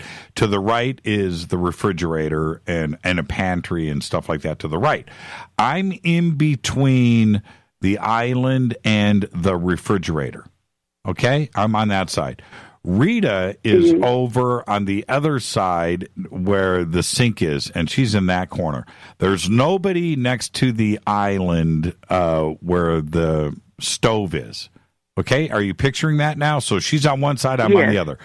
And we're just doing our thing. And all of a sudden, loud, a lid to a frying pan, a big heavy lid, 12, 14 inches around, right? A metal lid just hops, boom, and falls back down in the kitchen. Right? And I was like, what the hell was that? And I'm looking, and Rita and I, we both look, and it was loud. It was like somebody took it 6 inches above the countertop and just let it go. You know how loud that is, right? It's loud. Yeah. And I look, and the only thing there is the lid to this pan on the countertop. It's a granite countertop. So imagine that sound of a lid to a pan dropping and hitting the granite countertop. And it's like a cymbal. And I'm looking at her, and I walk over to it, and I picked it up. And I let it go, and it was the same exact sound. And I looked at her. I said, "Man, I'm not doing this right now. I am not doing this." And we just stepped back, and it happened. It happened just like I'm describing it to you right now. Trippy. I can't explain it. I cannot. And just like I'm describing it to you right now, we're sitting there having our conversation. We're cooking. It was in the afternoon, so it was like a Saturday. or a Sunday, and we're in the kitchen just doing our thing, and this thing just went crash all by itself. And it, there you go. I mean, stuff like this happens. I was trying to. I know. See, prior to the whoosh in my bedroom, my mom made glass beads, so she had her little workshop in the garage. Mm-hmm. And the poltergeist pushed a box off the top shelf onto my mom's head. Wow. Don't you ever wonder, and Cindy, I've got to get to some of these phone calls here, but don't you ever wonder who is doing it? You know, are they doing it to mess with you? Are they doing it to scare you? They're doing it just to say hello? I don't know, but this scare me. Yeah. I was alone. There you go. Send Rita your address, and we'll get something to you out of the junk drawer. Oh, thank you. You got it, Cindy. Have a great night. Okay. Night. Bye-bye. All right. Yeah, I'm telling you, with this this lid, again, it's a steel lid. Stainless steel, your typical 14-inch, 12 inches is too small, so thinking 14-inch pan, the lid that goes on the top of it just decided to bounce by itself. Just launch and come back down on the countertop. There you go. All right, let's get to K28. K28's calling in. K, what's on your mind tonight? How are you? Hi, Jimmy. How are you? I'm doing good, K. How's the Fadernauts? Hope they're doing fine. Well, you're the Fadernauts. I'm just the dude on the microphone. So you tell me how they're doing. I think they're doing fine. Okay, there you go. All right. So what kind of story do you have for us? I tried to call in last week, but my Skype was acting up, so I tried again today. Okay. I've seen several UFOs over my lifetime, but let me tell you the best one. It was also the first one. Yeah, don't tell me the worst one. I don't want. No, tell me the best one. The first one. I said. Well, is that the best one? Yes, it is. Well, there you go. See, Kay, you know what to do. You knew what to do without even saying it. Okay, so I was on this transatlantic flight from Paris, France, to Los Angeles, California. Right. And it's at night. It's a polar route, so we flew over the majority of Canada. And I'm the kind of person that can't sleep on moving vehicles. I can't sleep on cars, can't sleep on trains, can't sleep on planes. So the whole entire 14-hour flight, I stayed awake. Right. And I had nothing to do because it's dark on the plane. I'll turn lights on and everything. I wake people up. So I just stared out the window. And my seat was kind of the first one in back of the wing. So I had a perfect view, unobstructed, of everything looking straight out the window and towards the back of the plane. Open sky, I could see the beautiful stars and stuff like that. Right. And this is about the 9th hour of the flight, so I figured we're somewhere over either Yukon or British Columbia, heading south towards the west coast of the U.S. Mm-hmm. So this is like 3 o'clock in the morning because we still had another 5 hours before we landed in L.A. So I figure this is middle of January 1983. So back then I had no cell phone or anything, so I had no way of taking pictures. But what I saw in the sky was, at first I thought it was the planet Jupiter, this big orange sphere, I guess not quite towards the back of the plane, I say about 1/3 of the way towards the back. And you know what a tie tack is? Or like a use for a pin to put on the map with a ball on top of it? Yes. Okay, imagine you hold it between your fingers and you stretch your arm all the way out. It was the size of that ball of the pin, basically, and it was all orange. And I said, wait a minute, the way the plane is flying, I'm looking north, and Jupiter isn't north. It'll be south, and I don't think it was up that time of day anyway, at 3 a.m. So I stared at this object, and all of a sudden it started moving against the background of the stars. And then it stopped, and then it moved in the opposite direction, and then went up and down. And I figured, because it's the first time in my life I ever seen anything like that before. So I was wondering, this is strange. What could that be? And I was kind of freaking out. I looked away toward the inside of the plane, and everybody is fast asleep. So I was traveling alone, so I couldn't talk to anybody. So I was the only witness as far as I know. But then after about 5 minutes of this, it started emitting a rainbow out the back of it.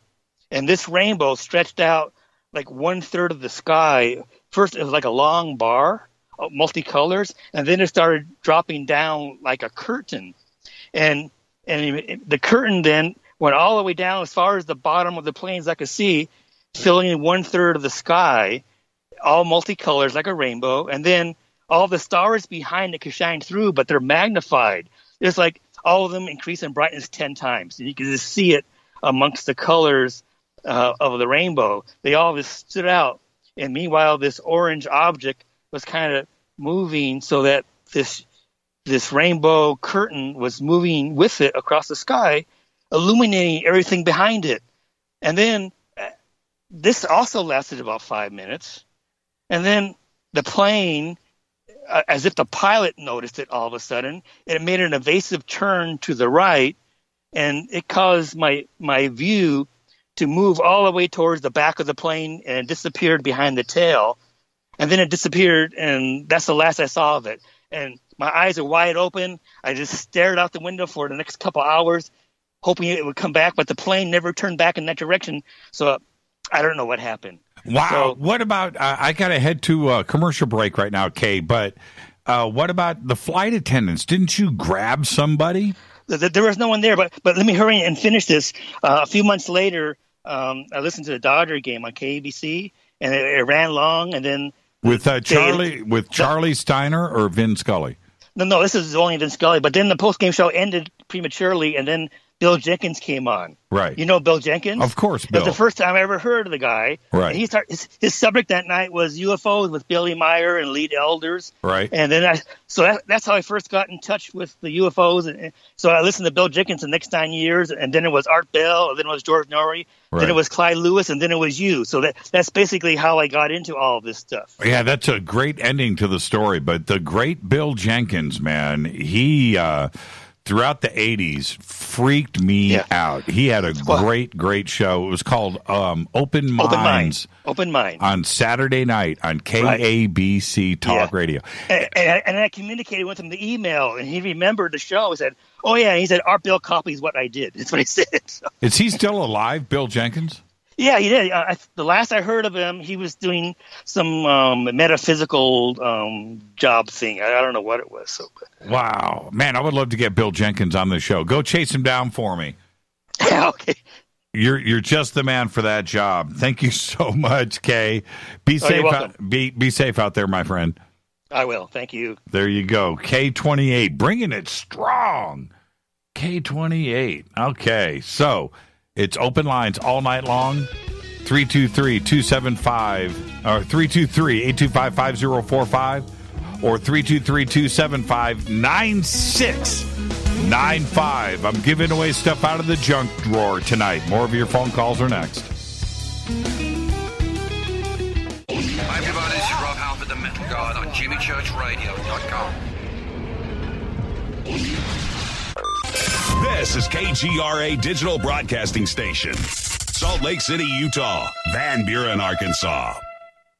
Okay, nurse, let's get this man to the ER stat. Right away, doctor. We see this every day. Heart attack or angina pain due to blocked and clogged arteries. Chelation can remove obstructions or blockages from arteries and help avoid painful and expensive surgery. Now there's Angioprim. It's a liquid oral chelation product that you take with juice. You start to feel the results fast. Angioprim increases blood flow all over the body, and that means more energy and strength to take on the day with less aches and pains. 60 years of research has gone into chelation, and Angioprim is the result. A safe and easy way to unblock your veins and arteries from buildup that slow circulation. Paging Dr. Jones. Please report to the emergency room right away. Log on now for a special radio offer from Angioprim. That's angioprim.com/radio. ANGIOPRIM. Angioprim.com/radio or call 877-882-7221. That's 877-882-7221. So, you love talk radio? Then you'll love TalkStreamLive.com. TalkStream Live is always on, 24/7 with the best streaming talk shows. Find your favorite talkers and discover some new ones. It's free, readily available online or on the smartphone or tablet. Finding your favorite talk shows all in one place has gotten a whole lot easier. Just go to TalkStreamLive.com. Be sure to download the free apps from Google Play or the iTunes App Store. Your contact for current news and trending topics. KGRAradio.com. Hello, Fadernauts. This is Jimmy Church, and I'm introducing New Pharma, a company whose products are based on science. Human function based on the endocannabinoid system, or ECS. New Pharma firmly believes in this science, and their research indicates that support of the ECS provides the beneficial effects for a healthy lifestyle. New Pharma's science includes relief capsules for pain relief, sleep capsules, which are natural support for occasional sleeplessness. Foundation is support for your ECS, and Fit capsules support your active lifestyle. Just click on the banner at jimmychurchradio.com and use the promo code F2B for a 33% discount on all of their products. Or visit newpharma.com for all of the knowledge on the science.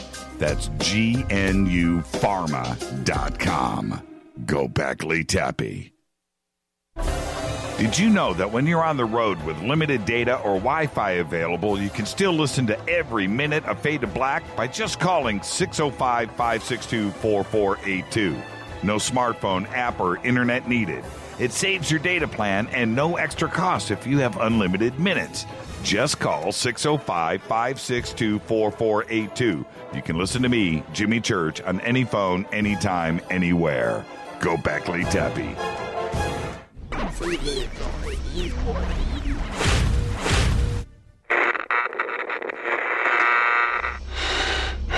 You want to know a secret? I love ponies. I really love ponies. I'm serious. I couldn't stay sane without ponies to brush. Why Fade to Black? Because you never got that pony, damn it. This is Fade to Black with Jimmy Church on the Game Changer Radio Network and KGRA, the Global Radio Alliance.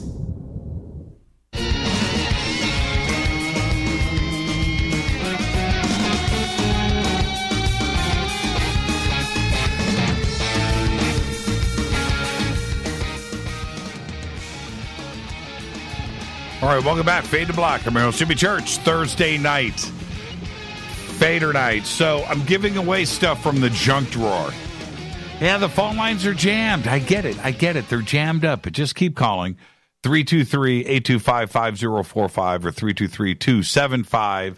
323-275-9695. If you can't get through and manage to get on hold on one, call the other line, 323-275-9695. All right? So, yeah, your experiences. Ghost stories. I got a good Ouija board story tonight, didn't we? Near-death experience. UFOs. We always love UFOs. You have an ET encounter, a close encounter, all of that stuff. Make the story good. Bring your A game. I can't believe K28 brought that story. That's a really, really good one. We were watching Twilight Zone last night with William Shatner. That's such a good one. So I was picturing Shatner as a K28's telling us that story. So there you go. Let's go back to the phones. Hi, you're live on Fade to Black. Who's calling? You're live. Is it me? Yes, it's you. You got through. Jimmy, my brother, this is Brian from Oklahoma. Brian from Oklahoma. How are you tonight? I am doing great, and I've got a ghost story for you. I don't know how good it is, but it's a personal one for me. Okay, there you go. That's what's most important, right? Yeah. All right. Bring it. So back in 88, 89, I was still in junior high school. We went from California, drove back to Indiana. My grandfather had cancer. It was terminal. He wasn't going to live. Right. And they turned around and he said he wanted the whole family for Christmas. So Christmas break, we gather up. Everybody drives back east. So we get there. We get to see him. We go through Christmas. It's 2 or 3 days after Christmas. And I'm upstairs in my grandmother's house sleeping. And I feel something at the end of my bed. I look down. It's my grandfather. But it's not how I saw him in the hospital. It's how, I remembered him. And we sat and talked for, I swear it was 15, 20 minutes. Could have been longer. I mean, it felt like it was a good, long talk. Wow. Telling me, all the different things that he was proud of, that he knew, I was going on to, to be a good man, that nobody should be sad, right? That he lived a good life and everything. And, and then he got up and he walked out the door like he was headed down to their bedroom. And the next morning, I wake up, I come downstairs, my mom's on the phone, and I don't know who she's talking to. And she gets ready, she hangs up, and she's got tears in her eyes. She hangs up the phone, looks at me, and I said, I know Grandpa's gone. She goes, well, how did you know? I said, I don't know. I talked to him last night. She said, when did you talk to him? I said, it was dark. It was late. I, didn't look at the clock. She goes, he died at 3:00 in the morning. Wow. And yeah. And I swear to you, I spent 20 minutes talking to him after he had died. How old were you? I don't know. I was 14 years old. So you're old enough to know better, right? Yeah. You know the difference between your imagination and something that's actually happening. Yeah. I would have known if, I was dreaming or something like that. Right. But I swear to you, I talked to him and I watched him walk out the door, and he opened it because I always kept that door closed because, it was an old house built in the 1800s. Right. So there was already, me and my cousins loved to scare each other about, the old woman that lived in the attic and stuff like that. Right, of course. And I still, even though I was, the oldest of the cousins and everything, it's like, yeah, well, I'll still close the door. Wow. Did he visit anybody else that night? No, nobody else said anything. That's incredible. He could have, but nobody said anything. But I was in the bedroom that was right above their bedroom. So what did you guys talk about? Do you remember anything specific? He just told us, how much he loved everybody, how much, and it seemed like the big thing was, don't be sad, don't worry about it. I've had a good life. I know my family's in good hands. Don't worry about it. And really, of course, the funeral was a few days later, and I really wasn't sad until I got to the funeral. And of course, when we went to the viewing, yeah, that broke me up. But other than that, it didn't bother me. Well, you knew. I knew that he was happy with the way things were. But you knew he was in the hospital, right? Yes. And you knew what he looked like then, and you're looking at the younger, different version of him by your bed. Didn't you question it at that point? I'm not sure if I was going through it. I don't know what I would do, but that's the thing. I never really, it just seemed like I was really at ease. Because I know when we went to the hospital, the day we got there, everybody went up to the hospital. Right. And so I knew, he shouldn't be there. But for some reason, it just never clicked. Why is he here? Yeah. It was just, I got to talk to him because when, he was in a coma when we went to the hospital. So you didn't do the Jimmy Church thing, which is like, hey, Gramps, is this really you, or am I talking to a ghost right now? You didn't do that. No, right? no. I was just so happy to talk to him one last time. Right. Now, what about, okay, now, did you eventually tell your mom? Yeah, I told her that morning. Oh, you did? When she said, well, how do you know? I said, I talked to him. And she was like, no, that you didn't talk to him. And she, to this day, she is convinced, no, I dreamed it. And every time I bring it up, it's like, no, I did not dream that. I felt him at the foot of the bed. And when I woke up, he was sitting there. Wow, that's crazy. And I said, he opened the door. Right. And she goes, no, you're dreaming. That was just your imagination. Right. And when I try to bring up, well, how did the door get open when I woke up? You know, and this is an old house. It had those real thick solid wood doors. The wind doesn't just blow those things open. Right. Plus, you hear noises all the time. You know, you can't be quiet. You can't tiptoe around the house. No, not that house. No, because you hear it. You hear every footstep. Everything creaks. So it wasn't anybody from your family, you know, messing with you. You would have heard footsteps in the hallway. Things creak. You can't sneak around. You can't get up in the middle of the night and sneak down to the kitchen for a big plate of reheated lasagna. You can't do that. Yeah. No, you get caught, right?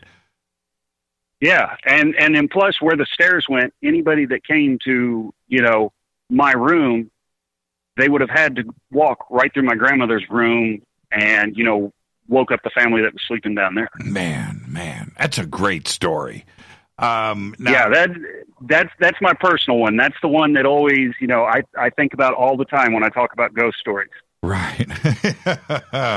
That's a real one right there. Well, do me a favor. It's Brian, right? Yes. Yeah, Brian, when you hang up, write Rita, send us your address, and we'll put something in the mail from the junk drawer. All right, I appreciate that. And, hey, I want to give a shout-out to everybody that's over on the other chat. Oh, okay. That's on the other chat. There you go. Everybody on the other chat. Brian says, yo. Thank you, Brian. Be safe out there, my friend. All right, you too, Jimmy. Thank you. Yeah, thank you. That's a great story right there. And I did want to give everybody this update. You know, I've told the story many times, and I'll get to it in a second. 323-825-5045, 323-825-5045, or 323-275-9695. I know the phones are jammed, and if you can't get through, you just got to keep calling, and then eventually you're going to get on hold, and eventually you're going to get right here on the show. It's just the way that it is. All right, so we're going to give away stuff all night tonight from the junk drawer. And there you go. Now, 323-825-5045 or 323-275-9695. I've told the story many times about me with the ghost, the face, you know, looking through the living room window in Hollywood late at night, and how I was waiting for those that lived in the house to come home. It's 2 o'clock in the morning, 2:15. I'm there, and that face looks out the window, right? And I tell the story that when they show up, and I said, hey, you know, somebody's home. I think your roommate's home, because they looked out the window at me, but they won't answer the door. And they said, no, she's with her boyfriend, Chris, and they're going to be here in just a second. I said, no, wait a minute. Somebody looked through the window. So as we're freaking out, the lights in the driveway light up, and there comes Chris, and they get out of the car, and Chris comes up, and he's an actor, and Chris comes up, and you know he's a big dude, and we're ready. We unlock the door, and Chris and I go through the house and search, and nobody was there. Right? You guys have all heard the story. Well, that guy, Chris, I found him online, and I wrote him, and I'm going to get him to come on the show and share that story with everybody. I just can't even believe it. It's just a weird coincidence through one thing, and it led to another, but I actually found him, and I wrote him. So we're going to get Chris on the show and take things to the next level. How cool is that? All right, with that, let's go back to the phones. Hi, you're live on Fade to Black. Who's calling? Hey, Jimmy, it's Josh. Hey, Josh, how are you? Hey, it's been a little while. I'm doing great, man. I got some really great news. Going to be having number 13 and number 14 grandchild. Holy crap! We got the news today. One in about 8 months, 8.5 months. Well, no, 8 months, 7.5 months.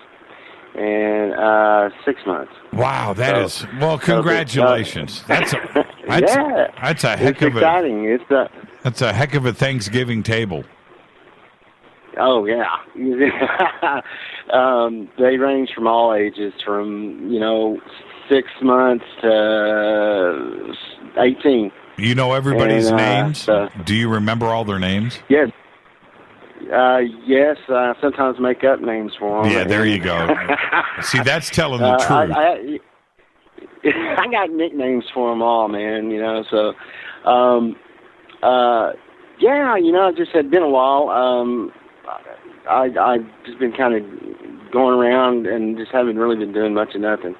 I happened to stumble across it, kind of got me a little perturbed at these two old boys that kind of pseudo-intellectuals, I guess. Man, they brought you up in this conversation, and it was on a YouTube thing, and saying that you was a cult leader, and they even flashed a picture of Jim Jones up there, man. I'm like, good God Almighty, man. I'm like, I just like. These guys, that was enough. I needed to see, and everything. But I wondered what I called about talking about the UFOs and everything like that. And I really did enjoy the near-death experience with how did you pronounce his first name? Danny Brinkley. That was good stuff. Yeah. Good stuff. It was hard. Some parts were a little hard for me to listen to because of my experience. Right. But anyway, we had talked a while back about UFOs, and I told you that there was a little bit of missing time. I went to go see the movies, and I've always been in UFOs. My mother was a skeptic, and she was with me. We're driving on this road, going into town. We're in Odessa, Texas, and she was saying, "That's a UFO out there." She saw this light, and I was saying, "No, that's a helicopter," because there had been some helicopter crashes out there from hitting these power lines out there coming in. Right. And anyway, it ended up hovering over us and everything like that, and lit it up. I rolled the window down. I got out onto the window and looked up at it, and it was just, light. It wasn't blinding. I could look at it, and it was just a perfect circle. And then this thing just instantly zapped back to where we first saw it at, and then I was there for just 30 seconds maybe, and then zapped out, and it just went right into space. And so, and then we went to the movies, and everybody was gone, and and they had gone over to the other place where everybody was going back in the day. So anyway, I never did really finish this story. About 2 years later, in the same vicinity, it was about 4 o'clock, 5 o'clock in the afternoon, and I was with my girlfriend, and we were out in the back in the truck, and we were having fun, and they had built this natural gas line out there, and they had put a cutoff valve, which was about 3 miles out. I had watched them, build it, ride a dirt bike out there and everything like that. Well, anyway, they had completed that, and so we were having fun, and I looked up, and looked out there, and it saw this, what I thought was a fire. And I said, "I think they got a fire out there." She got up, and she said, "Yeah." And then, so we're watching it, and all of a sudden it looked like it's coming towards us, and she says, "It's coming towards us," and as it comes towards us, it's a spear, and it's red, and so it's just getting closer, and she's just freaking out, she's all over me, telling me, "Let's leave. We got to get out of here. We got to leave." And I'm like, "No, I want to see this. I'm going to look." I got out of the truck, and got over by the barbed wire fence, and there's a telephone pole that was there, and this thing got about 20 yards on the other side. And what this looked like was that it was a red pulse plasma in it, and then there was these black honeycomb cutouts that were in, that made the frame of it. I guess I don't know. I've never seen anything like it. And it maintained its pulse. And anyway, she's screaming. She grabbed me by the hair, and she's just freaking out. So we leave and drove a couple of blocks, and I dropped her off at my house. And I said, I'm going back to go look at it. So I went right back to where it was, and it went back. It started heading back, and I watched it go back, and it was hovering over the top of this cutoff valve for this oil. It's natural gas is what it was that they had built. And this was in between Midland and Odessa. And just really odd. It was completely different than the one that I saw 2 years earlier with my mom. But this was in an area probably not even a half mile away. And and this was out in nowhere land. They had just built this development out there, and it did end up giving me the creeps after that. At first I was, of course I was so young, we think we're bulletproof and everything, and it's just that was just the weirdest thing, the weirdest one I've ever seen, and it was up close. I mean, I was probably 50 yards from it. Wow, that's crazy. Did it make any noise? No noise, no crackling. And, there was, like I said, there was a telephone pole there, and it ran the telephone lines up there. There's a barbed wire fence, and no crackling. That's what I was, I did kind of listen because you could see the plasma, and there was no crackling sound or anything. It was just quiet. But as this came in, it looked small from ways out, Right. And as it came in, it just kept getting bigger and bigger and bigger. And that's what freaked me out, was that by the time that it stopped at about 50 yards, this thing was taller than the telephone pole. And I'm looking at this big, huge plasma spear. And then I got the creeps. I was by myself at that point, and I jumped through the driver's side window and got behind the wheel and took off. Right. And so that's one of my stories. That was inside the area. I've seen stuff. I've never seen humanoids or anything like that. The one that we talked about with my mom. We talked about getting the, what is it, the regression, hypnotic regression. Right. And, and I thought about that, but like say, what's the guy, Sims? Where, out there in Texas? Alien Hunter. Yeah, Daryl Sims. Yeah, he's from Midland. Yeah, Daryl Sims. Daryl Sims, I've heard about him and doing that, but I don't know if I'd want to know what took place. I don't know. Right. I have that fear of that. I just, I've got enough, and I'm happy as it is, and I don't need no more weight. Nah. You and I think alike there. I'm not going to do it.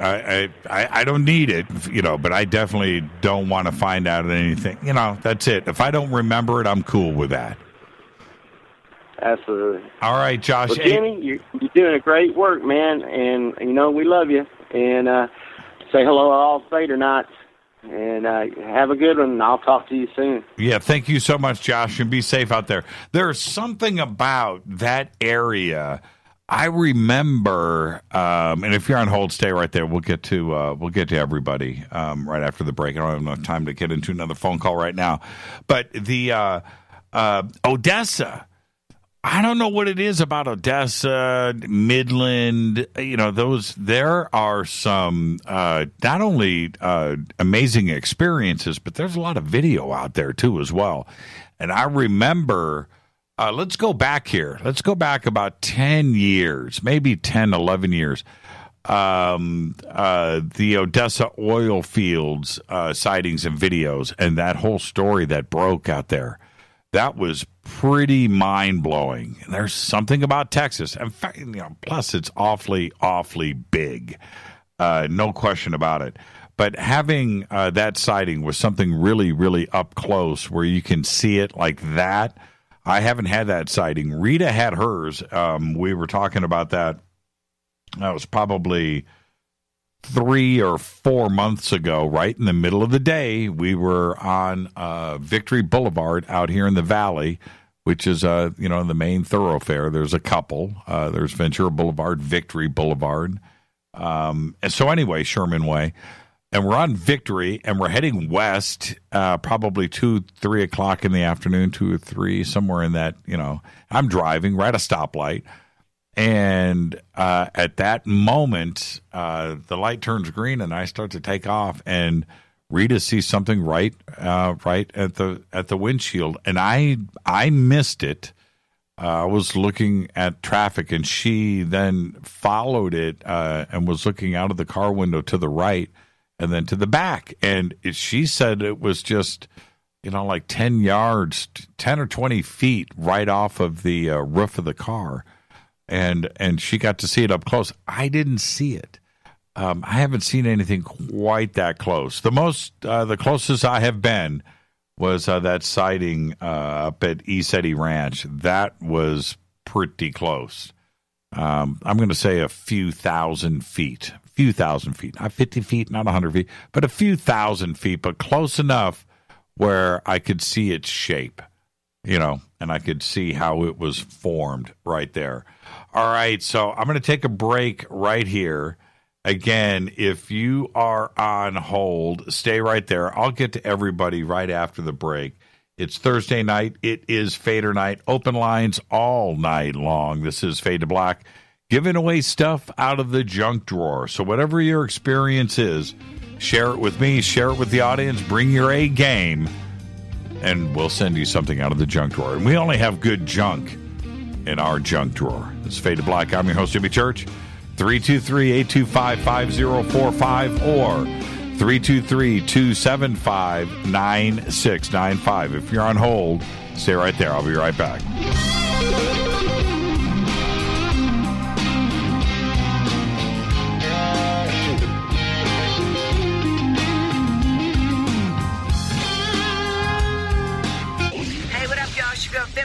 Here, and you are listening to my boy Jimmy Church on JimmyChurchRadio.com.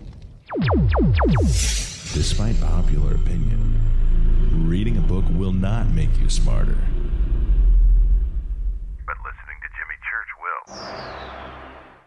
So you went to dinner last night, you had your favorite pasta. Ugh. Or maybe you had a heavy, spicy meal and it left you. Ugh. Get the tea.com. Maybe you mowed down a huge steak and your plumbing is all plugged. Ugh. Get the tea.com. Our super strength tea will take care of your occasional. Ugh. It's all organic and non-GMO. Get rid of ugh. We have so many great supplements, but our super tea is number one. GetTheTea.com. That's GetTheTea.com.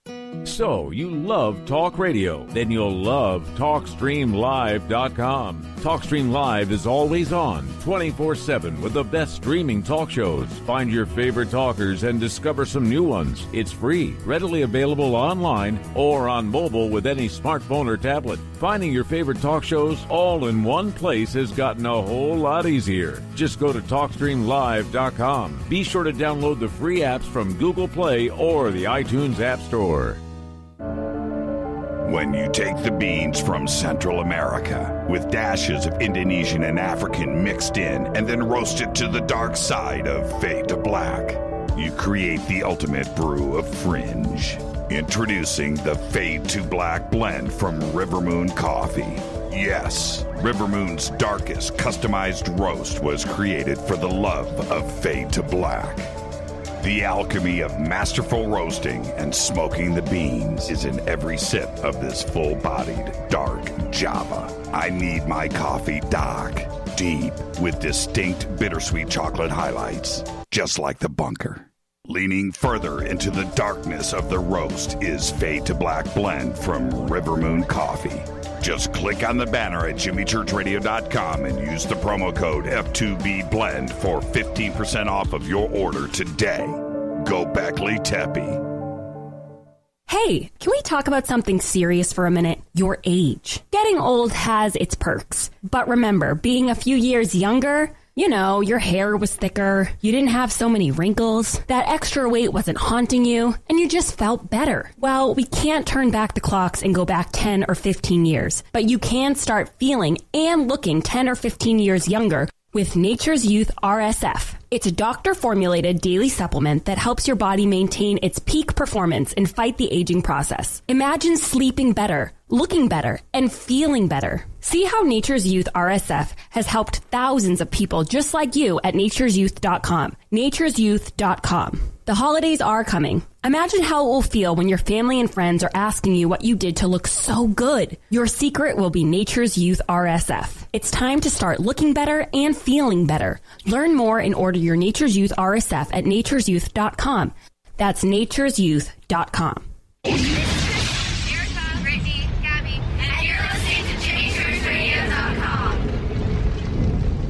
It's not a lifestyle we chose. We were born this way. KGRARadio.com.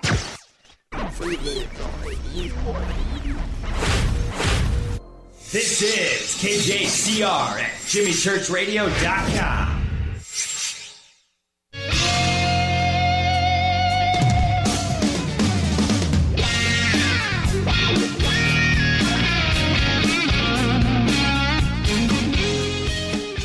Welcome back, Fade to Black, Thursday night, Fadernight.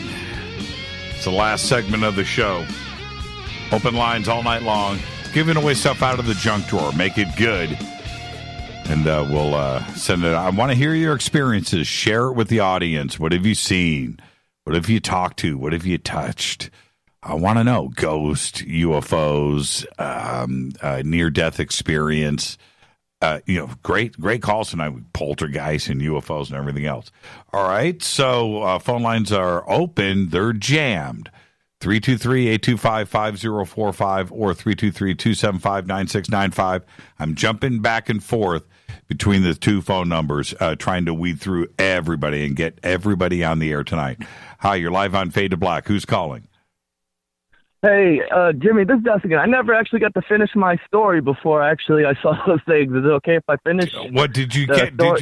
Dustin, did you take a picture? Yeah, I posted it on your Twitter. I'm new to Twitter, so I just made a Twitter account real quick, and I don't know to it, but I put at Jimmy Church, and I sent the picture. Okay, well, I also put it on your Facebook page under your one of your first comments or something. Okay, somebody retweet the picture. Oh, so it's on. Okay, I'll look forward. Go ahead and finish the story. Okay, well, when I was younger, I spent the night at my buddy's house. This house has been abandoned. It was a really nice house, all made of wood and everything like that. We decided to spend the night over there one time. They told me, be careful, this place is haunted. We were young, probably about 12, 8, and I had my little brother with me and his little friend. And we were starting to go to sleep, laying down. They had all these creepy pictures of Indian pictures, staring you in the eyes, all over their house. Strange house. The house is actually abandoned today, and I want to actually get in there and take a look around. But one night we were all sleeping out of nowhere. We're young kids. The doors started opening, they started closing, and then we went into next bed. I was walking down to the bathroom, and the Indian picture that I saw, it was hanging upside down. My little brother at the time, he started crying, he started freaking out. That family ended up moving out of the house, and nobody's lived there since. And it's actually pretty close to me. My mom is a realtor. I might actually talk to her, see if I could get into that house and do a little investigation there. Right, Nobody's lived there since. Okay, I'm looking at your video here. Oh, this is what you saw. Yes, sir. Holy crap. They were close, and the rest of them, they were there for a little bit. I have some more, but it's nothing like that. There's nothing like they're just like little lights they were moving, so it's hard to, they were just sitting there like Holy posing. crap. They were like, they knew I was talking to Jimmy Church, and they were posing for you. Whoa. Rita, go over to our Facebook radio page and check this video out that Justin shot. That is stupid ridiculous. This is great. Man, It's the picture, right? Not the video. I'm looking at the video right now. I don't care about pictures. I don't think I don't think it's video. It's the pictures of the three. Yeah, no, this is a video, Justin. You sent me a video. I'm looking at it, and it's it's three lights. They form a triangle. They turn. It's right next to the house, and then a fourth one shows up, and it goes into a straight line, and then it goes back away, goes back to three, forms another triangle, and it's moving behind the house. Wow, there's a picture. There's a picture that it's my name. I posted it. It's Dustin Arleth, or I don't know what my thing is, but it's a picture of the three triangles, and then there's going to be one like right below it. Yeah, that's it's a picture that it's the picture, and it's really close. Wow, that is so if you could find that, like, I went onto my profile and I just wrote at Jimmy Church and I posted the picture. I don't know if that's how you're supposed to do it or not. Wow, that's pretty crazy. That's pretty nuts, man. That's pretty nuts. I'm impressed.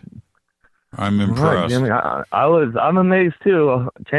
Ever since I seen the first one, it's changed my life. I think there's something more to I'm supposed to be doing. Like I told you that one time, I felt like I just woke up one time and I felt like, there's something more that I need to figure out something. I'm here for a reason to figure this, to know the truth. Like usually I used to not care about the truth. Yeah, I'm looking at I'm looking at the picture here too as well. That's pretty amazing. I can see why I can see why she was sitting in the car. I was amazed. I got down on my knees. I had my hands up. I was thanking them, praising them for giving me a show. Oh man, it was beautiful. Yeah, it's all over Twitter now. Okay, got it. Okay, I'm going to retweet now. Justin's pick that we are talking. Justin's. It's actually Dustin. Dustin. Why did I say Justin? Dustin. I'm all freaking out right now.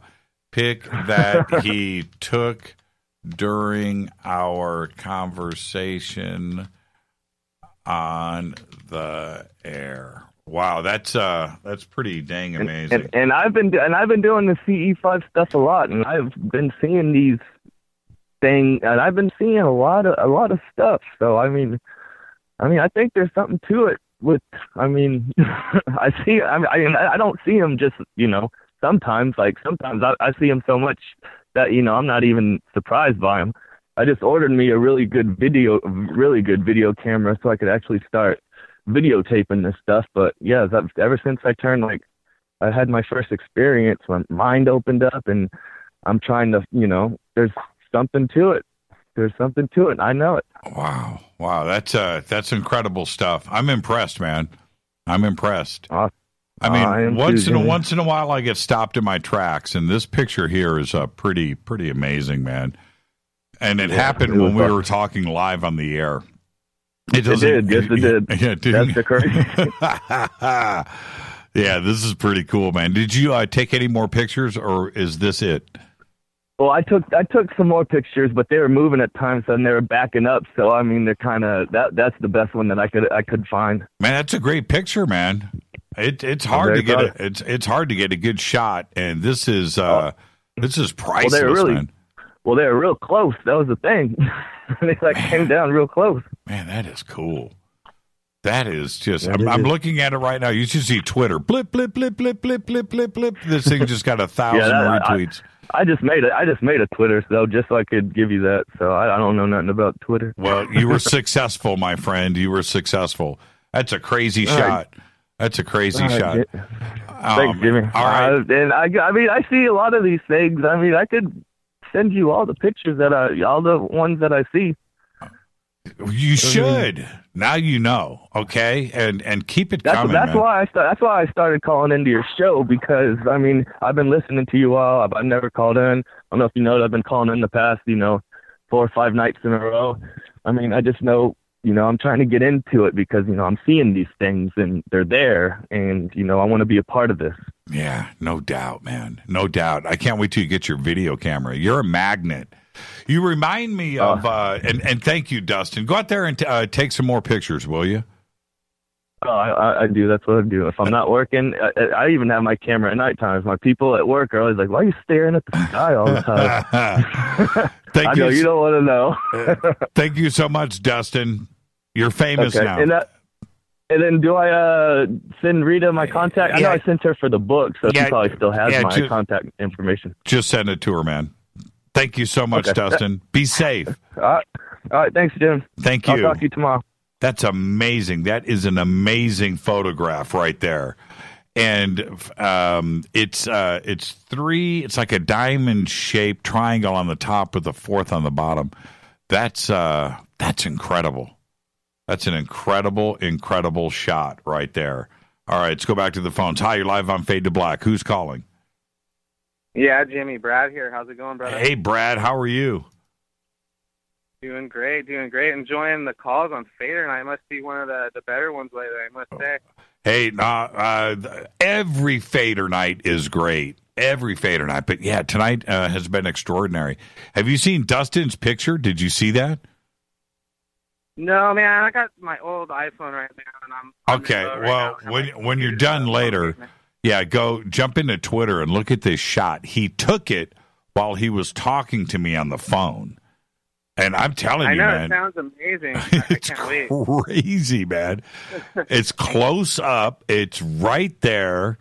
And it's a triangle-shaped set of lights on the top with a 4th light underneath it. And this is a nice photograph.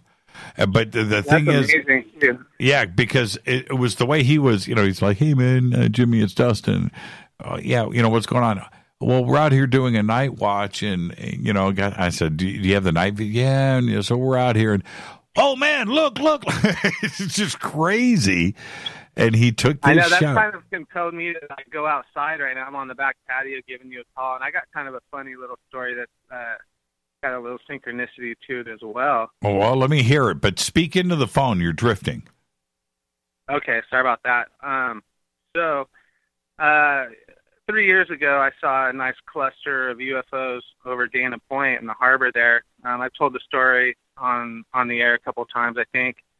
And it just so happens last Friday, I was down there at the harbor doing a little work on the boat. My brother-in-law calls me. He's like, "Hey, man, come over to my boat. I'm selling it. Let's, hang out for a minute." This and that, hung out, had a couple brews, and we were wrapping it up, and we go out to the parking lot. And the funny thing is, about 7 o'clock, and I was all, "Yeah, man, this is where I saw those UFOs 3 years ago. Remember that story?" And he's like, "Yeah, man, that's amazing. Like, I really want to see a UFO. Have you heard of Tom DeLonge stuff, Brad?" And I'm all, "Oh, yeah, Tom DeLonge, he's buddies with Jimmy Church." And so we're just looking up at the sky while we're talking, and he's like, "Dude, what up with that? That is not an airplane." And we're looking up, like semi-stratosphere, and here comes just a white light. Same freaking location as where I saw my experience 3 years ago. And sure enough, it has no, what do you call them, the beacon lights, no flashing lights. It's just bright as heck, way up high, coming at us in the direction towards us from the north to the west, and does like a double speed, just takes off. Like once we catch eyes on it, it's like it knew we were watching it. So it sped up, right?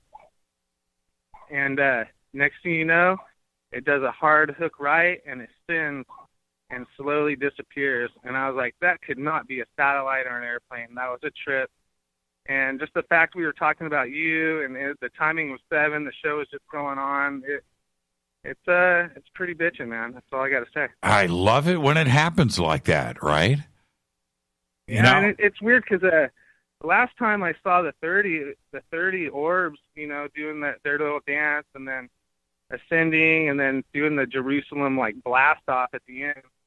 It seemed like it was months after that I was just really in touch with my synchronicity, and like sure enough, 2 days after we saw that one last Friday, I take my son to the nursery, and I'm like, hey, I'll buy you a succulent or whatever. He loves picking up a plant when I'm over there, and I didn't even tell him what I was gonna get, and I wanted to get a cilantro because I love fresh cilantro in my food. Right. And I walk into the nursery, and he just takes off running, having fun. And the worker there comes up to me. He's like, hey, what can I help you with? I go, I need to get a cilantro. He says, oh, yeah, they're over here. And sure enough, Jonah's over there, like 2 miles away. I can't even see him, holding the cilantro plant. Really? It was a trip, bro. How? Yeah, it was rad. I bet that must taste amazing. Do you use it? Oh, yeah. I use cilantro in almost anything I can. It's No, I mean like, from the plant. From the plant. That? Yeah, we grow them and we eat them so much. We like get them as big as we can, and we hack them, and then we got to get a couple more going. So right, it's just a revolving door. Yeah, we need to start growing cilantro. We go through a lot of it. I mean, we use it in just anything. It's great. But I can imagine what fresh cilantro. I mean, you just pick it and use it right then. Oh man. Yeah, next to basil, it's one of my favorites. Yeah. Those are the two main ingredients right there, and oregano. Yeah, and a fat steak to go with it, right? Okay, easy now. Why did I'm starting to think, Brad, that this entire Fadernight family is one big pot smoking spliff. Oh man. It is, isn't it? I could just say what I wish I could say. You're yeah, right. I know. I love it, and it's just I can't. The thought of going on the radio, smoking, I would just be the most paranoid, self-conscious. It just would not be a good idea.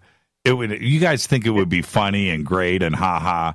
It just would not be a good show, man. It just wouldn't. There'd be like crumbs all over the studio from all the munchies. Well, see, but I don't mind. I don't mind hanging out with people that are burning. That's great. That's awesome. And I'm part of the conversation, and I get it.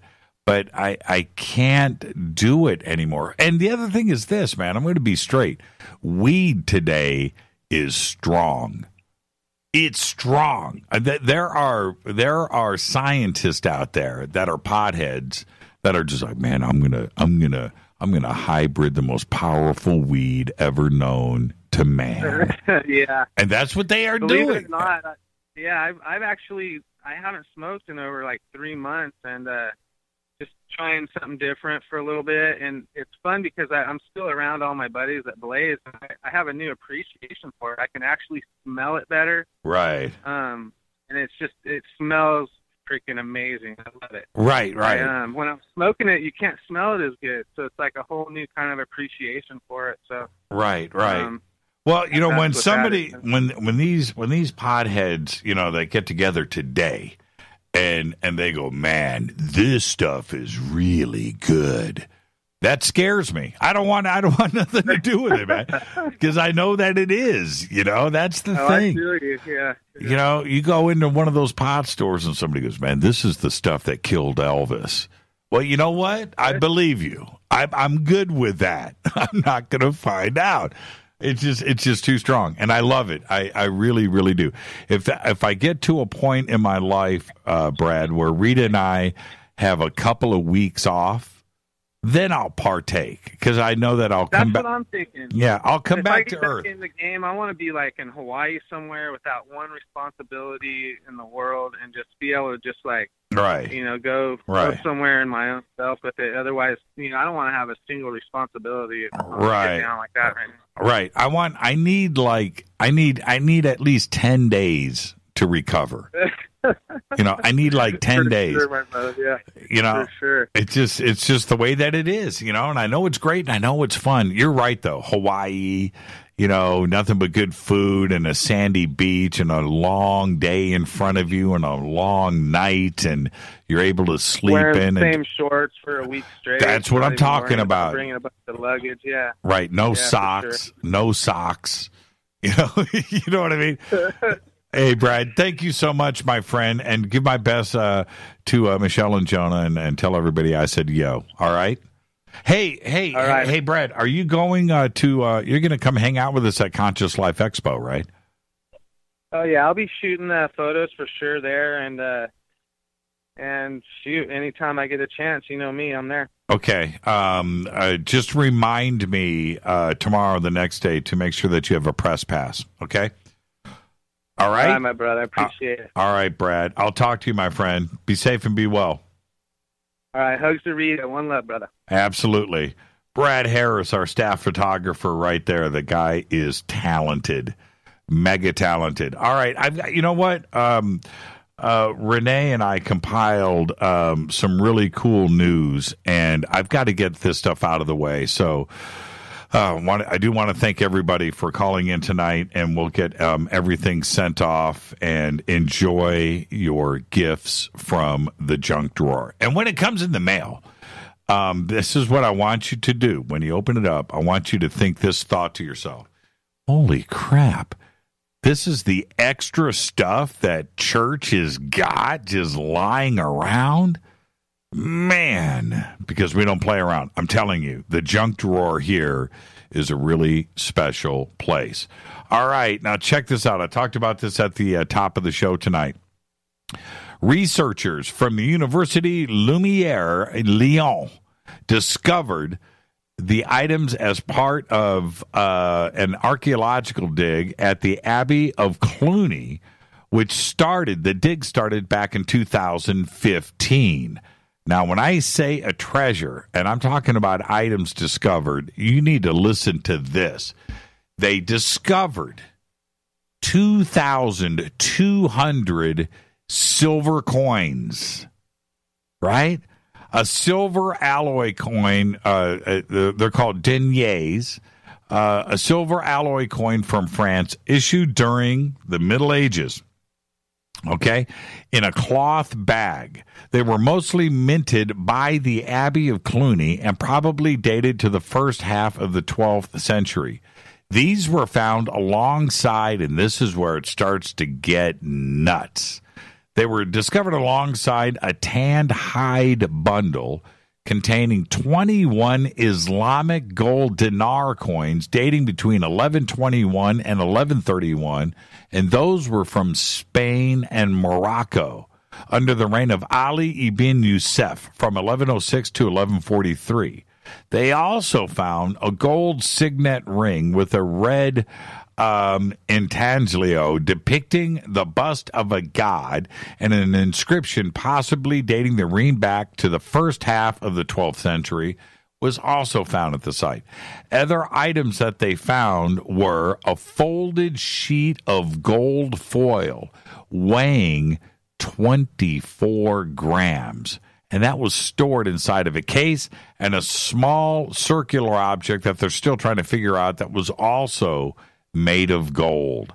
Man, that is a treasure. That's the real deal right there. Now, I talked about this earlier, and I've got to get this out there. Part of the controversial Keystone Pipeline was shut down today after more than 200,000 gallons of oil leaked in South Dakota.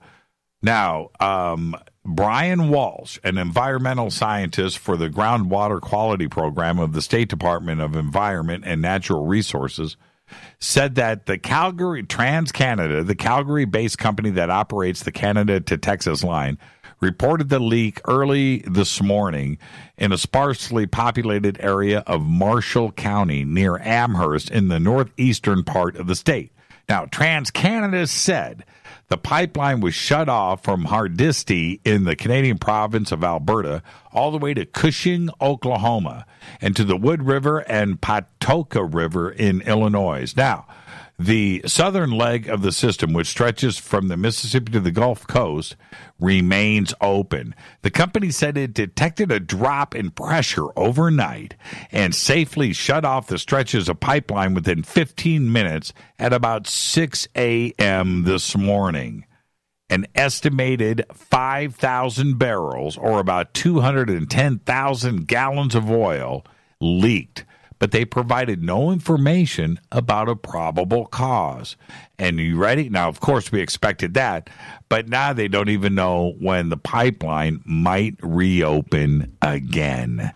And the other thing that they said, well, it didn't, and I'm quoting here, I'm not making this up. It didn't leak into the water supply, so that's cool. It was just all wide open agriculture land, farmland. There you go. 5,000 barrels of oil leaked in to the food supply, but don't worry, they've got it under control. And that's exactly what happened, is exactly what we were afraid of. And there you go, 210,000 gallons of oil. All right, also, I talked about this. I've got just enough time to get in the whole thing. Humanity's first contact with aliens could be a breezy 24 years away. That's right. We sent a signal to an Earth-like planet that may host life, and we sent them a mixtape. The project is called the Sonar Calling GJ237b. It's a team effort led by the Sonar Music Festival in collaboration with METI, Messaging to Extraterrestrial Intelligence International, and the Institute of Space Studies of Catalonia in Spain. Following is a transcript of the video. Humans just tried to contact intelligent aliens. On October 16th, 17th, and 18th, a team of musicians and scientists sent a message to aliens. They sent the message via radio waves and transmitted it 9 different times. They're trying to ensure that all of the information reaches its destination. Like I said earlier, 33 musical pieces, each 10 seconds long, and a tutorial on how humans keep time. The message is headed to the nearby exoplanet named GJ237b. GJ237b is what astronomers call a super-Earth. This is the first radio message of its kind designed for direct response at a specific time. GJ237b lives in another star system about 12 light years away. That means if they get it, they will respond and make first contact with us 24 years from now. That concludes another Fadernight right here on KJCR, the Game Changer Network, and KGRA, the planet. I'm your host, Jimmy Church. I do want to thank everybody that called in tonight. I know I left some people hanging. Phones were completely jammed, and that's why I love Thursday nights and Fader nights right here. Man, we got to add another phone line or two. That's what I'm thinking. Fade to Black's executive producer is Rita Kamarian. Show is produced by Hilton J. Palm and Renee. Thank you to Dennis. Thank you, Bob. Announcers are Steve Harder, Gene Vito, and Mark D. Kovar. Webmaster is Drew the Geek. Music, Doug Aldrich. Intro, Spaceboy, spaceboymusic.com. Fade to Black is produced by KJCR for the Game Changer Network, and syndication is KGRA, the planet. Thank you to Jon Rappoport and everybody that called in tonight. Twitter was completely on fire. Chat rooms. This is the best show on earth. I do have the best job. This broadcast owned and copyrighted 2017 by Fade to Black and the Game Changer Network. It cannot be rebroadcast, downloaded, copied, or used anywhere in the known universe without written permission from Fade to Black or the Game Changer Network. I'm your host, Jimmy Church. Follow me on Twitter at JChurchRadio. Until Monday, everybody be safe. Go Beckley Teppy.